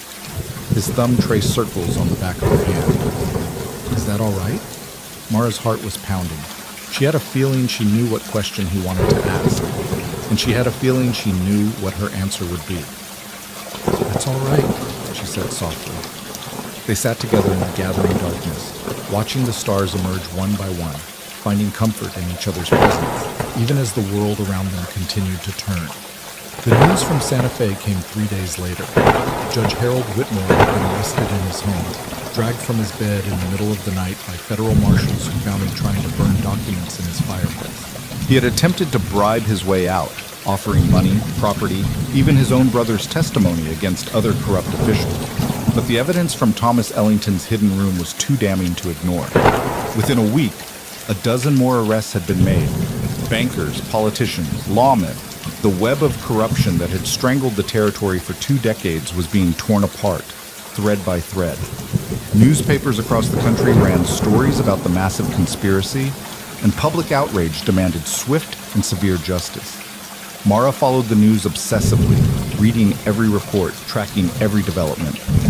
Part of her still couldn't believe it was happening, that the machine that had destroyed her father and tried to destroy her was actually being dismantled. But another part of her was already looking ahead, already planning for the future that was finally within reach. The prosecutor says the trials will start in 3 months, she told Thorne one evening, as they walked along the main street of Santo Vega. The town had transformed in the weeks since Barlow's capture. The fear that had hung over it like a shroud was lifting, replaced by something that almost felt like hope. He wants us in Santa Fe by then to prepare our testimony. 3 months. Thorne nodded slowly. That gives us time. Time for what? He didn't answer immediately. They had reached the edge of town where the buildings gave way to the open desert and the sky stretched out before them in an endless canvas of stars. I've been thinking about what comes after, he said finally, after the trials, after everything is settled. And? My term as marshal ends next spring. I could renew it, keep doing what I've been doing, or... He trailed off, his jaw tightened. Or... Thorne turned to face her, and in the starlight, his weathered face looked almost young. Or I could retire, buy some land somewhere quiet, maybe near Red Bluff, maybe somewhere new. Build a life that doesn't involve chasing outlaws and sleeping with one eye open. He reached out and took both her hands in his. Build a life with you. You'll have me. Mara's breath caught. Gage, I know I said I'd wait until this was over. I know the trials haven't even started yet, but I can't... His voice cracked slightly, and he had to stop and gather himself before continuing. I can't keep pretending that I don't know what I want. I want you, Mara. I want to wake up beside you every morning and fall asleep next to you every night. I want to build something together, something good and real and lasting. Are you asking me to marry you? The words hung in the air between them, fragile and momentous. I'm asking you to think about it, he said. I'm asking you to consider whether, when all of this is done, you might want to... She kissed him. It was different from the kisses they had shared before, not desperate or frightened or tinged with the uncertainty of survival. This was a kiss of acceptance, of promise, of 2 souls finally finding their way home to each other. When they pulled apart, both of them were breathing hard. Is that a yes? Thorne managed. That's a yes, but not yet. Mara smiled, her eyes bright with happy tears. I want to say yes, more than anything. But you were right. We need to finish this first. We need to see it through to the end. Make sure Barlow and Whitmore and all the rest of them are locked away for good. She reached up and touched his face, her fingers tracing the scar that ran from his temple to his jaw. And then, when the dust has settled and we can finally breathe, ask me again.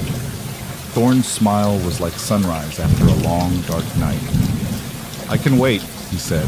For you, I can wait forever. They returned to Santo Vega as midnight approached. The town was quiet, most of its residents asleep behind closed doors and shuttered windows. But as they passed the Silver Spur Saloon, still dark and empty since the night of Barlow's capture, Mara paused. What is it? Thorne asked. She stared at the building, remembering the last time she had stood here. The auction block had been right out front, where the hitching posts now stood empty. She could still feel the rope around her wrists, still hear the shouted bids, still see the leering faces of the men who had treated her like property. But the fear that had accompanied those memories was fading. In its place was something else, something stronger. I used to have nightmares about this place, she said quietly. Every time I closed my eyes, I was back on that platform, helpless, hopeless, waiting for someone to save me. And now? Mara turned to look at him, and her expression was calm, resolved, at peace. Now I know the truth. I didn't need someone to save me, Gage. I needed someone to remind me that I was worth saving. She took his hand, lacing her fingers through his. You gave me that, and I'll spend the rest of my life being grateful. They walked back to the hotel in comfortable silence, two figures moving through the darkness with the easy rhythm of people who had found their place in the world. The stars wheeled overhead, indifferent and eternal, but for once their cold light didn't feel lonely. It felt like possibility. The next morning brought unexpected visitors. Mara was eating breakfast in the hotel dining room when the door opened and a group of women walked in. A dozen of them, maybe more, ranging in age from barely 20 to well past 60. They approached her table with nervous determination, their faces a mixture of hope and apprehension. Miss Ellington? The speaker was a middle-aged woman with steel gray hair and sharp, intelligent eyes. My name is Margaret Holloway.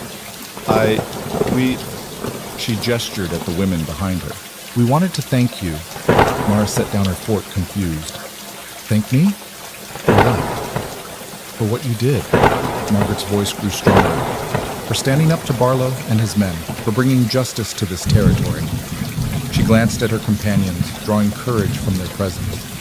Every woman in this room has lost something to the corruption you helped destroy. Husbands, fathers, brothers, sons. Some of us lost our land. Some of us lost our savings. Some of us lost... She trailed off, unable to finish. Some of us lost our dignity, another woman said softly. The way you almost did. Mara's throat tightened. She hadn't thought about this, hadn't considered that her struggle might resonate with others who had suffered at Barlow's hands. I didn't do it alone, she said. Marshal Thornton, the men from the logging camp, they risked everything to help me. But you started it. Margaret stepped forward, her eyes bright with unshed tears. You could have run. You could have hidden. You could have accepted your fate and tried to survive the best you could.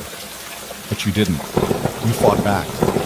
And because you did, the rest of us finally have hope. The women gathered around her table, each one offering words of gratitude, sharing stories of their own losses and their own small acts of resistance against the tyranny that had gripped the territory for so long. Mara listened to them all, holding their hands, meeting their eyes, trying to absorb the enormity of what she was hearing. She had thought of her mission as personal, a daughter's quest to avenge her father and reclaim her stolen life. She hadn't realized that it was also something larger, something that touched the lives of countless others who had suffered in silence. What will you do now? Margaret asked, when the stories had been shared and the tears had been dried. Mara thought about the question. She thought about Thorne's proposal, about the future they were beginning to imagine together.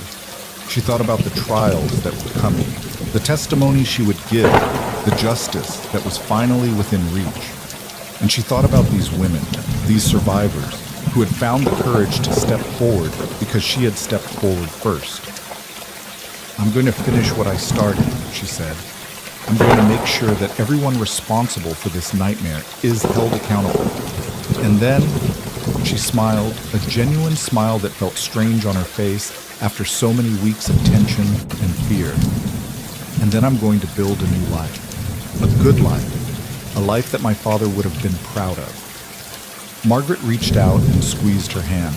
If you ever need anything, anything at all, you know where to find us. After the women had gone, Mara sat alone in the dining room, staring at the empty plates and cold coffee. She felt different somehow, changed in a way she couldn't quite define. The weight that had been pressing down on her shoulders for so long had shifted, transformed into something else. Not lighter, exactly, but more bearable. Thorne found her there an hour later, still lost in thought. I heard about your visitors, he said, settling into the chair across from her. Word is spreading. People are calling you a hero. I'm not a hero. Tell that to the women who came to thank you this morning. He reached across the table and took her hand. You may not see yourself that way, Mara, but they do. And so do I. She looked at him, this scarred, weathered lawman who had given up everything to save her and felt something warm bloom in her chest. We should start packing, she said. The trials are in 3 months, but we have a lot of ground to cover between now and then. Actually, there's something I need to do first. What? Thorne's expression grew serious. I need to go back to Red Bluff, just for a few days. There are things I need to settle there, loose ends to tie up, arrangements to make. He hesitated. I could wait until after the trials, but you'd rather do it now. I'd rather do it before I ask you that question again. His His eyes held hers, steady and sure. "I want to come to you with everything in order. No baggage, no complications. Just me, asking you to share my life." Mara felt her heart swell with a love so fierce it almost hurt. "Go," she said. "Do what you need to do. I'll be here when you get back." He left the next morning, riding north toward Red Bluff with the sunrise at his back. Mara stood on the hotel porch and watched him go, feeling the distance grow between them with each passing moment. But it didn't feel like loss. It felt like an intermission, a brief pause before the next act of a story that was only beginning to unfold. She turned back to the hotel, already making plans for the days ahead. There was work to be done, testimony to prepare, a future to build. And for the first time in longer than she could remember, she was looking forward to all of it. The waiting was harder than she had expected. 5 days passed, then 6, then 7. Mara threw herself into preparation for the trials, working with Prosecutor Harrison to organize the evidence and refine her testimony. She met with Thornton, who was coordinating the federal response from a temporary office in Santo Vega. She even returned to her father's ranch, now secured by the territorial government, to walk through the rooms where she had grown up and make peace with the ghosts that lingered there. But every night, as she lay alone in her hotel room, she found herself listening for the sound of hoofbeats that didn't come. On the 8th day, a rider arrived from Red Bluff. It was Billy, Thorne's young deputy, and his face was pale with exhaustion and something else, something that made Mara's blood run cold. "Miss Ellington." He dismounted in a rush, nearly stumbling over his own feet. "You need to come, right now." "What happened? Is Gage—" "He's alive," Billy's voice cracked. "But there's trouble, bad trouble. Some of Barlow's men, the ones who escaped before the cavalry arrived, they tracked the marshal back to Red Bluff. They what?" Billy couldn't meet her eyes. "They're holding the town hostage. They've got the marshal locked up in his own jail. They say if anyone tries to rescue him, they'll burn Red Bluff to the ground." Mara's world tilted. For a moment she couldn't breathe, couldn't think, couldn't do anything but stand there as the implications crashed over her like a wave. Then the shock gave way to something else, something hot and fierce, and absolutely unstoppable. "How many men do you have?" she asked, her voice steady despite the terror clawing at her heart. "Just me. The other deputies are prisoners too." "Then we gather more." She turned on her heel and strode toward the livery stable where her mare was housed. "Thornton has men, McCready has men. We'll ride to Red Bluff with an army if we have to, and we'll tear those bastards apart." "Miss Ellington?" She spun to face him, and whatever he saw in her expression made him take a step backward. "They have the man I love," she said, each word dropping like a stone into still water. "They have him locked in a cage and they're threatening to kill him if anyone interferes. Do you really think I'm going to sit here and wait for someone else to save him?" Billy swallowed hard. "No, ma'am." "Good. Now help me saddle my horse." Within 2 hours, they were riding north at a punishing pace. Mara, Billy, Thornton, and 30 volunteers from Santo Vega who had heard about the situation and refused to stand by while their hero was held hostage. They pushed their horses to the limit, stopping only when absolutely necessary, driven by the knowledge that every passing hour brought Thorne closer to death. Mara rode at the front, her jaw set with determination, her eyes fixed on the horizon. She thought about the night Thorne had walked into the Silver Spur Saloon and bought her freedom with everything he had. She thought about the campfires they had shared, the conversations that had peeled away the layers of their armor and revealed the wounded souls beneath. She thought about the kiss in her hotel room, the promise in his eyes, the future they had been so close to grasping. And she thought about what she would do to the men who had taken him from them. The answer came easily, burning bright in the darkness of her mind. Whatever it takes. They reached Red Bluff as the sun was setting on the second day of riding. The town looked peaceful from a distance. Streets quiet, buildings intact. No sign of the violence that lurked within. But as they drew closer, Mara could see the truth. Armed men patrolled the streets in pairs, their rifles held ready.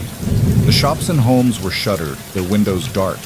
And in the center of town, near the marshal's office, a makeshift gallows had been constructed, a wooden platform with a noose swinging gently in the evening breeze. "Dear God," Thornton breathed. Mara didn't speak. She was too busy counting the enemy forces, assessing the layout. searching for any advantage they might exploit. "There's a back way into town," Billy said, his voice low. "Through the canyons to the east. It comes out near the livery stable." "Too narrow," Mara shook her head. "We'd have to go single file, and they'd pick us off as we emerged." "Then what do we do?" She stared at the town, at the gallows, at the armed men, at the jail where Thorne was being held, and slowly a plan began to form in her mind. "We give them what they want," she said. "Which is?" "Me." Mara turned to face the others, her expression calm despite the fear churning in her stomach. "Barlow's men don't care about Red Bluff. They don't care about holding hostages or making demands. They want revenge. Revenge for what I did to their boss, for the men they lost at the logging camp, for the whole operation falling apart." She paused, letting the words sink in. "If I walk in there alone and offer myself in exchange for the hostages, they'll take the deal." "That's suicide," Thornton said flatly. "No, it's a distraction." Mara's eyes glittered with cold purpose. "While I'm keeping them busy, you take your men around through the canyons. Billy knows the way. It'll be slow, but if you time it right, you'll emerge behind their defensive line. When the shooting starts, they won't know which way to turn." "And what about you?" "I'll be in the middle of it, exactly where I need to be." Thornton stared at her for a long moment. Then slowly, he nodded. "You're either the bravest woman I've ever met," he said, "or the craziest. Can't I be both?" She dismounted and handed her reins to Billy. Then she reached into her saddlebag and pulled out the pistol Thorne had given her, the same one she had used to shoot Barlow in that Santo Vega saloon. "Wait for my signal," she said. "What signal?" Mara smiled, a fierce, dangerous smile that would have made her father proud. "You'll know it when you hear it." And then she walked toward the town, alone, into the gathering darkness. The main street of Red Bluff stretched before her like a gauntlet, each step taking her deeper into enemy territory. Mara kept her hands visible at her side, her pistol tucked into the back of her waistband where it couldn't be seen. The evening air was cool against her skin, carrying the scent of wood smoke and dust, and something else underneath, the acrid tang of fear. She had walked about 50 yards when the first guard spotted her. "Hold it right there!" A man stepped out from behind a water trough, his rifle trained on her chest. He was young, barely older than Billy, with a scraggly beard and nervous eyes. "Who are you? What do you want?" "My name is Mara Ellington." She kept her voice calm, projecting confidence she didn't entirely feel. "I'm here to speak with whoever's in charge." The guard's eyes widened with recognition. "Ellington? The woman who shot your boss, yes." Mara allowed herself a small, cold smile. "I imagine your friends have been talking about me." The young man's rifle wavered. He glanced over his shoulder, clearly uncertain what to do with this unexpected development. Before he could make a decision, another figure emerged from the shadows, an older man with a scarred face and the dead eyes of someone who had long since stopped caring about right and wrong. "Well, well." The scarred man approached slowly, his hand resting on the butt of his holstered pistol. "Mara Ellington, we were wondering when you'd show up." "Here I am. Now take me to your leader." The scarred man laughed, a harsh, humorless sound. "You've got nerve, I'll give you that. Walking in here like you own the place." He gestured with his pistol. "Start moving, and if you try anything clever, I'll put a bullet in your spine." They marched her down the main street, past shuttered windows and locked doors. Mara could feel eyes watching her through the darkness, townspeople peering through cracks in their curtains, witnesses to whatever was about to unfold. She wondered how many of them recognized her, how many knew why she was here and what she was risking. The marshal's office sat at the center of town, a sturdy stone building with barred windows and a heavy wooden door. Two more guards flanked the entrance, and through the front window Mara could see lamplight flickering inside. The scarred man pushed her through the door. The office was exactly as she remembered from Thorne's descriptions. A functional space with a desk, a gun rack, a pot-bellied stove, and a row of cells along the back wall. The cells were full now. Townspeople crowded together behind the bars, their faces pale with fear and exhaustion. And in the last cell, separated from the others, was Gage Thorne. He looked terrible. His face was bruised, his shirt torn and blood-stained, and his hands were bound behind his back. But when he saw her walk through the door, His eyes went wide with a mixture of hope and horror. "Mara, what are you—" "Quiet!" The man sitting behind the desk rose to his feet, and Mara recognized him immediately.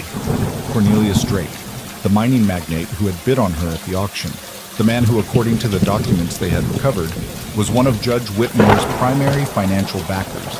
He should have been in custody with the others, should have been locked in a Santa Fe jail cell awaiting trial. But here he was, standing in the marshal's office of Red Bluff, with a satisfied smile spreading across his thin lips. "Miss Ellington?" Drake's voice was smooth, cultured, the voice of a man who had always had others do his dirty work for him.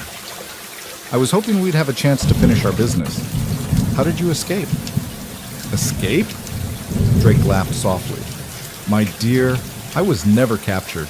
While Whitmore and Barlow were blundering about, drawing attention to themselves, I was quietly liquidating my assets and preparing for contingencies." He gestured at the armed men surrounding them. "These gentlemen are mercenaries, professionals, unlike the rabble Barlow employed. They don't ask questions. They simply do what they're paid to do." "And what are they being paid to do?" Drake's smile widened. "Originally, retrieve certain documents that I was told you had in your possession. Documents that could prove inconvenient for my future business endeavors." He paused, his eyes traveling over her with an appraising look that made her skin crawl. "But now that you've delivered yourself directly into my hands, I find myself reconsidering my priorities." "Let the hostages go." Mara's voice was steady, but her heart was pounding. "Let them go, and I'll cooperate. I'll tell you where the documents are. I'll do whatever you want." "How very noble." Drake moved closer, close enough that she could smell his expensive cologne. "But I'm afraid it's not that simple. You've caused me a great deal of trouble, Miss Ellington. Millions of dollars in lost investments, business partnerships destroyed, my reputation in certain circles irreparably damaged." His voice hardened. "There has to be a reckoning. And take it out on me, not on these people. They've done nothing to you." "No, they haven't, but Marshal Thorne has." Drake glanced toward the cell where Thorne was watching with murder in his eyes. "He killed 6 of my men at the logging camp, cost me a small fortune in recruitment and training." He turned back to Mara. "I was planning to hang him tomorrow morning, a public execution, to remind the citizens of Red Bluff what happens when people interfere with my affairs." Mara felt her blood run cold. "You can't. I can do whatever I want." Drake's mask of civility slipped, revealing the predator beneath. "I have the guns. I have the men. And now I have you." He reached out and gripped her chin, forcing her to meet his gaze. "The question is, what am I going to do with you?" Mara stared into his eyes, cold, calculating, utterly devoid of mercy, and knew that there would be no reasoning with this man. No bargaining, no appeal to his better nature, because he didn't have one, which meant it was time for Plan B. "Actually," she said, "I have a better question." "Oh? What are you going to do when 30 armed men come pouring out of the canyons behind your defensive line?" Drake's grip on her chin loosened. "What are you talking about? Did you really think I walked in here alone?" Mara smiled, a cold, fierce smile that didn't reach her eyes. "I'm the distraction, Mr. Drake. While you've been busy gloating, Federal Marshal Thornton has been leading a rescue party through the eastern passes. They should be in position right about..." A gunshot cracked through the night air, followed by another, and then the staccato roar of a full-fledged firefight. "Now!" Everything happened at once. Mara yanked free of Drake's grip and threw herself to the side, her hand reaching for the pistol at her back. The scarred mercenary lunged for her, but she was faster.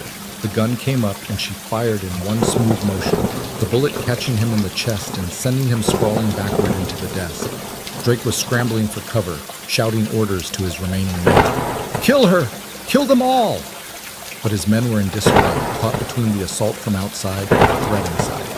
Mara dropped 2 more before they could bring their weapons to bear, then dove behind the pot-bellied stove as return fire shredded the air above her head. "Thorne!" She popped up long enough to fire another shot, then dropped back down. "Can you get free?" "Working on it!" His voice was strained but determined. Outside, the sounds of battle intensified. Mara could hear Thornton shouting commands, could hear the thunder of hooves and the crack of rifles. Drake's mercenaries were caught in a crossfire, their carefully planned defenses crumbling under the weight of the unexpected assault. But inside the office, the situation remained desperate. 2 guards had taken up positions near the cells, using the captive townspeople as human shields. Drake himself had retreated to the far corner of the room, a small pistol clutched in his manicured hands. And between Mara and Thorne's cell, 4 more mercenaries were pouring fire in her direction. She was pinned down, outnumbered, running low on ammunition, and she had never felt more alive. "Miss Ellington," Drake's voice rose above the chaos. "You can't win this. Surrender now and I'll make it quick, for you and for your precious marshal." "Counteroffer," Mara shouted back. You surrender and I'll make sure you live long enough to stand trial." Drake laughed, a high, unhinged sound. "You're in no position to..." The front door exploded inward. Thornton came through first, his rifle blazing. Behind him came McCready's loggers, Billy, and a dozen townspeople who had slipped away from their captors in the confusion and armed themselves with whatever they could find. The mercenaries never stood a chance. The firefight was brutal but brief. Within minutes, Drake's men were dead or surrendering, their professional discipline no match for the fury of people fighting for their homes and their lives. But Drake himself had disappeared. Mara spotted the side door swinging open and knew, with a certainty that settled in her bones like cold iron, where he had gone. She ran. The alley behind the marshal's office was dark and narrow, choked with debris and shadow. She could hear footsteps ahead, Drake fleeing toward the livery stable, where fresh horses waited. She couldn't let him escape. If he got away, if he managed to reach the border or slip onto a ship bound for some distant port, all of this would have been for nothing. He would rebuild. He would plan. And someday, when she least expected it, he would come for her again. Not today. Not ever again. She burst out of the alley and into the open ground behind the livery. Drake was there, struggling to mount a skittish horse that wanted nothing to do with the sounds of gunfire echoing through the town. "Drake!" He spun, his pistol coming up. Mara fired first. The bullet caught him in the shoulder, spinning him around and sending him crashing to the ground. His pistol went flying, disappearing into the darkness beyond the reach of the lamplight. Mara approached slowly, her weapon trained on his prone form. "It's over," she said. "Your men are dead or captured. Your money won't buy you out of this, and tomorrow you'll be on your way to Santa Fe in chains." Dr. Drake looked up at her, his face contorted with pain and rage. "You think this ends anything?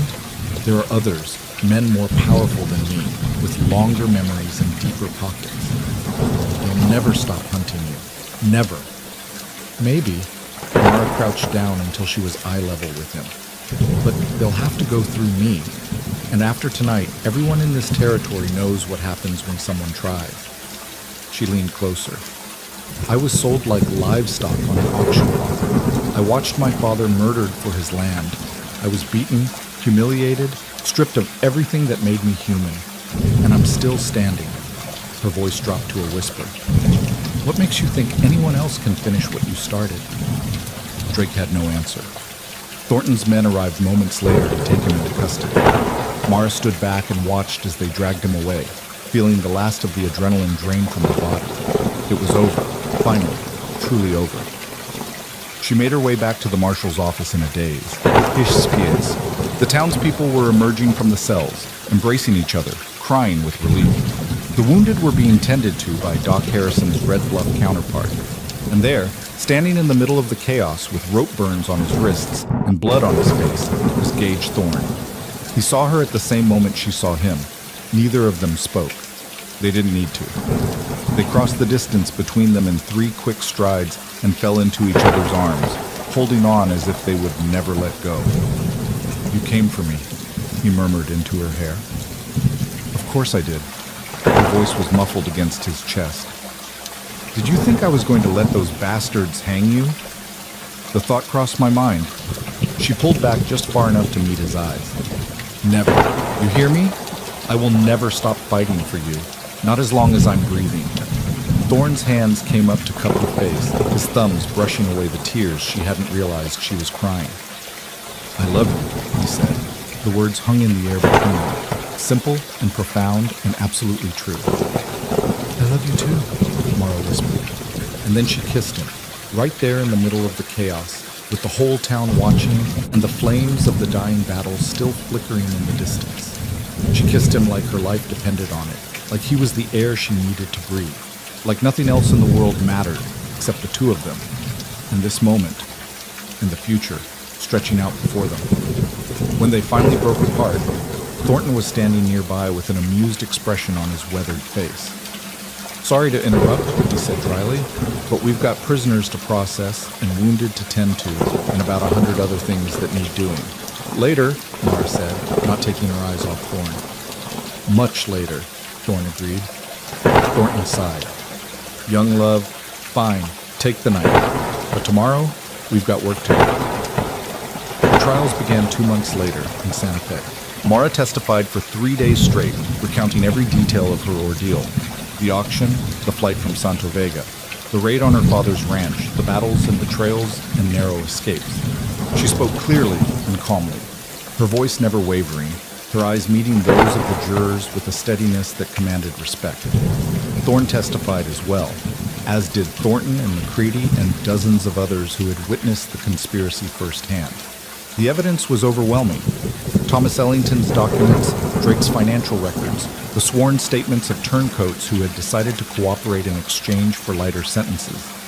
Judge Whitmore was convicted of 17 counts of fraud, extortion, and conspiracy to commit murder.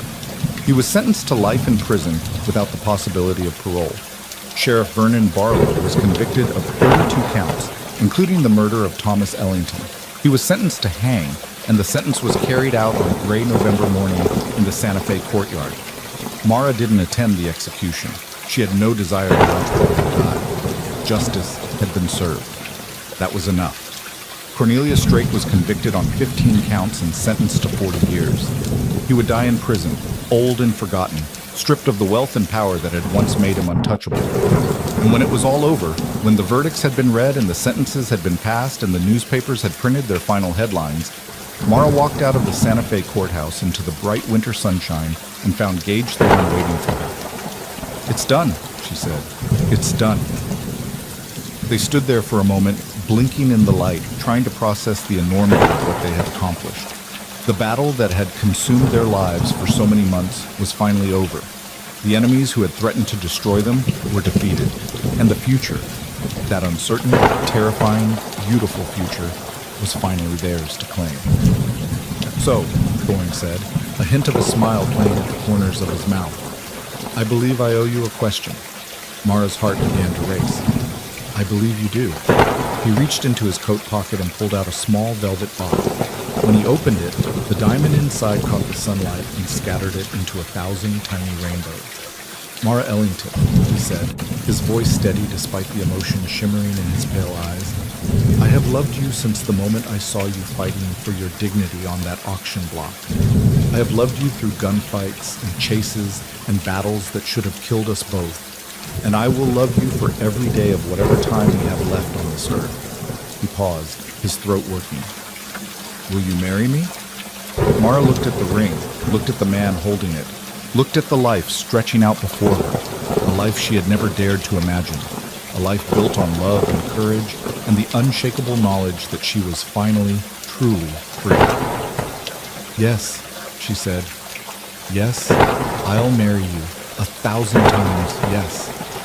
He slipped the ring onto her finger, and it fit perfectly, as if it had been made for her, as if it had been waiting all along. And then they kissed there on the courthouse steps, with the winter sun warming their faces and the citizens of Santa Fe applauding around them. They kissed like two people who had walked through fire and come out the other side. They kissed like survivors, like victors, like partners who would face whatever came next together, hand in hand, for the rest of their lives. The wedding took place in Red Bluff, on a warm spring afternoon when the wildflowers were blooming in the mountain meadows and the air smelled of sagebrush and possibility. It was a simple ceremony, just Mara and Thornton as best man, and Margaret Holloway, who had become a dear friend in the months since their first meeting. As matron of honor, the townspeople gathered to witness the union, their faces bright with joy and celebration. Doc Harrison performed the ceremony, his silver hair gleaming in the sunlight. When he pronounced them husband and wife, A cheer went up from the crowd that echoed off the surrounding mountains. The reception was held in the meadow behind Thorne's office, which was no longer his office, because he had retired from the marshal service just as he'd promised. Tables were laden with food and drink, musicians played lively tunes, and children ran laughing through the wildflowers while their parents danced. Mara stood at the edge of the celebration, watching her new husband share a toast with Thornton and Macready. She still couldn't quite believe it. This life, this happiness, this peace that had seemed so impossibly out of reach just a year ago. Mrs. Thorne. She turned to find Billy standing beside her, his young face split with a grin. Congratulations, he said. You deserve this. Both of you. Thank you, Billy. She reached out and squeezed his shoulder. And thank you for riding to Santa Vega to warn me about the hostage situation. If you hadn't, don't even think about it. His grin faded into something more serious. I was just doing my job. You and the marshal, you showed me what it means to stand up for what's right, even when it's hard, even when it costs you everything. He straightened his shoulders. I'm going to be the marshal of Red Bluff someday, and when I am, I'm going to make you proud. Mara felt tears prick at her eyes. You already have. Later, as the sun began to set and the celebration wound down, Mara and Thorne slipped away from the crowd. They walked hand in hand through the meadow, past the wildflowers and the dancing fireflies, to the overlook where Thorne had first brought her all those months ago. The valley of Red Bluff spread out below them, painted in shades of gold and rose by the setting sun. Beyond it, the desert stretched to the horizon, endless and ancient and full of mystery. I've been thinking about something, Mara said. What's that? The double star, my father's ranch. She paused, watching a hawk circle lazily in the evening sky. The territorial government has been holding it in trust, waiting for the trials to end. Now that everything is settled, they've offered to return it to me. Thorne turned to look at her. And I've decided to sell it. She met his eyes. That place has too many ghosts, too many memories of what I lost. I don't want to live in the shadow of my grief for the rest of my life. Where do you want to live? Mara smiled, a genuine smile, full of hope and promise. I was thinking we could buy some land near here, build a new ranch. Something that's ours. Not a monument to the past, but a foundation for the future. Thorne's face softened. That sounds perfect. There's just one problem. What's that? I don't know anything about building a house. She laughed, the sound bright and free. I know how to break a horse and brand a steer and shoot a man at 50 paces. But when it comes to carpentry, I'm completely useless. Thorne chuckled. Well, lucky for you, I spent a summer working construction in Kansas before I fell in with the wrong crowd. I can swing a hammer with the best of them. Then I guess we make a good team. I guess we do. He pulled her into his arms, and they stood there together, watching the sun sink below the horizon and the stars emerge one by one in the darkening sky. The world stretched out before them, vast and wild and full of possibility. They had survived the worst that fate could throw at them. They had faced down corruption and violence and injustice, and they had emerged victorious. And now, finally, they were free to build the life they had always wanted. The construction began that summer. Mara and Thorne chose a plot of land about 5 miles north of Red Bluff, in a shallow valley ringed by mountains. There was a stream running through the property. Good water, Thorne said, clean and cold, and plenty of grazing land for the cattle they planned to raise. They hired workers from the logging camp and the town, men who were eager to help the couple who had freed them from Barlow's tyranny. The work was hard but satisfying, and every day brought them closer to their goal. By autumn, the house was finished, a sturdy structure of stone and timber with a wide porch overlooking the valley and windows that caught the morning sun. It wasn't fancy, but it was solid, built to last for generations. On the day they moved in, Mara stood on the porch and looked out at the land that was now hers. Their land. A new beginning, rising from the ashes of the old.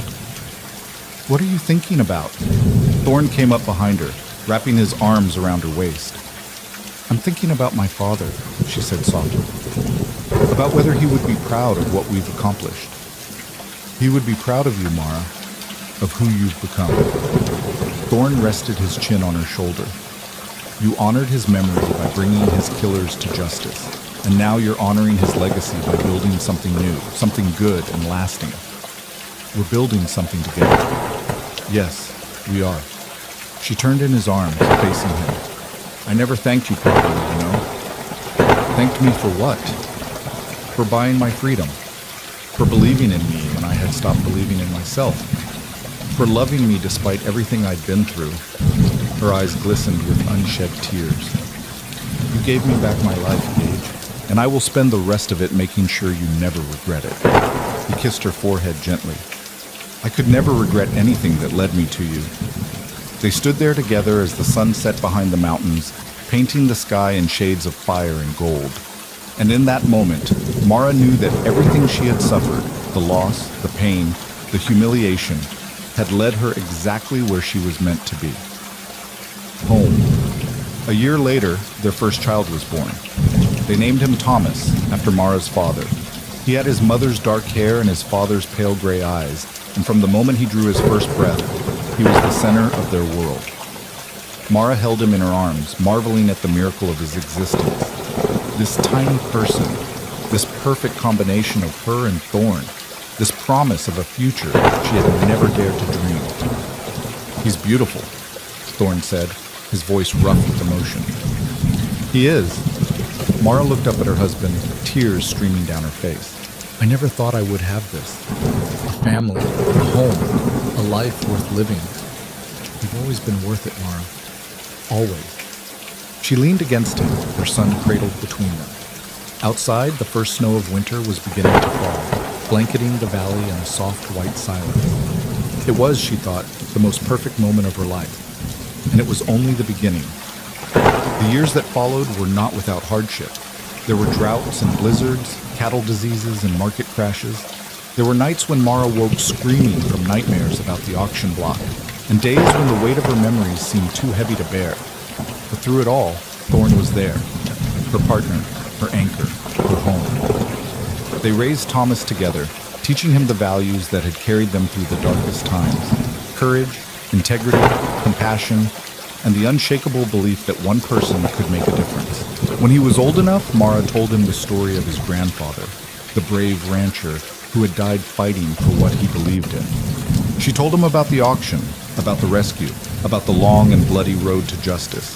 And she told him about the man who had given up everything to save her, who had looked at a broken girl on a platform and seen something worth fighting for.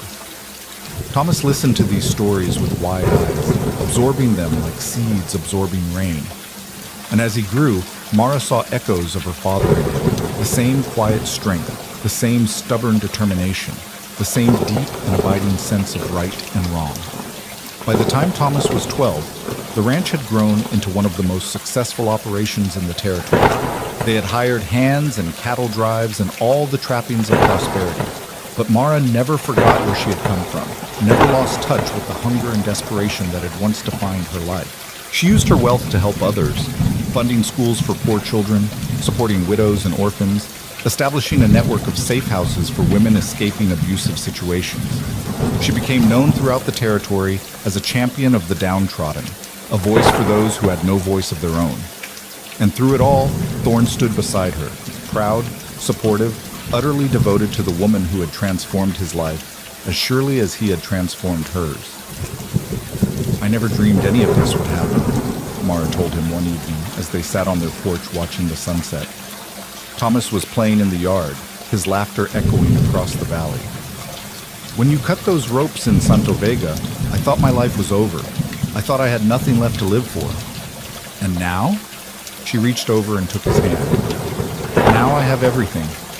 Thorn squeezed her fingers gently. So do I. They sat in comfortable silence, watching their son play in the fading light. The mountains rose around them, ancient and eternal. The stream whispered its endless song, and the sky blazed with colors so beautiful they seemed to come from another world. Mara thought about the journey that had brought her here, the pain, the fear, the loss, the love. She thought about her father, who had died believing in a better world. She thought about her mother, who had taught her that strength was not the absence of fear, but the courage to face it anyway. And she thought about the stranger who had walked into a saloon on a July afternoon and changed everything with 4 simple words. $1,000. That was what he had paid for her freedom, a year's savings, everything he had. But what he had given her was worth so much more than money. He had given her hope when she had none. He had given her love when she had forgotten how to feel it. He had given her a future when she thought she had lost everything. And now, sitting beside him in the golden light of another perfect evening, Mara Thorne, née Ellington, knew that she was finally, completely, irrevocably home. The story of the auction became a legend in the territory, passed down from generation to generation. Children grew up hearing about the brave woman who had stood against corruption and won, about the lawman who had sacrificed everything for love, about the night when Silver Creek stood together against the forces of darkness. But for Mara, it was never just a story. It was her life, messy and painful and beautiful and real. It was the choices she had made and the prices she had paid. It was the scars on her wrists and the fire in her heart and the love that had carried her through the darkest nights. And when she was very old, with grandchildren climbing on her knees and great-grandchildren running through the meadows of the ranch she and Thorne had built together, she would still sometimes think about that moment on the auction block. The moment when all hope seemed lost. The moment when she had looked up and seen a stranger in the doorway. $1,000. 4 words that had changed everything. She would think about it, and she would smile. Because she knew, with the certainty that comes only from a life fully lived, that every moment of suffering had led her exactly where she was meant to be. Home. With her family. With her love. With a heart that had been broken and healed and broken again, but never, ever defeated. On the last night of her life, Mara Thorne lay in her bed, surrounded by generations of family. Gage had passed 5 years earlier, and not a day went by that she didn't miss him. But she knew she would see him again soon. Thomas sat at her bedside, holding her hand. The hand that had once pulled a trigger against injustice, that had built a home from ashes, that had cradled children and comforted the grieving and never stopped reaching out to those in need. "Mother," he said, his voice thick with tears, "is there anything you need?" Mara smiled, her eyes clear despite the years. "I have everything," she whispered. "I have always had everything, because I had love, because I had family, because I had you." She closed her eyes, and her breathing slowed. And in those final moments she dreamed. She dreamed of a dusty saloon in a forgotten town. She dreamed of rope around her wrists and fire in her veins. She dreamed of a stranger walking through the door, tall and dust-worn, with a badge glinting beneath his coat. She dreamed of the words that had saved her. $1,000. Name's Gage Thorne, and you're free now. Mara Ellington Thorne died with a smile on her face, surrounded by the family she had built and the legacy she had created. She died knowing that she had lived a life worth living, a life of courage and love and unshakable hope. She died free. And in the end, that was all that mattered.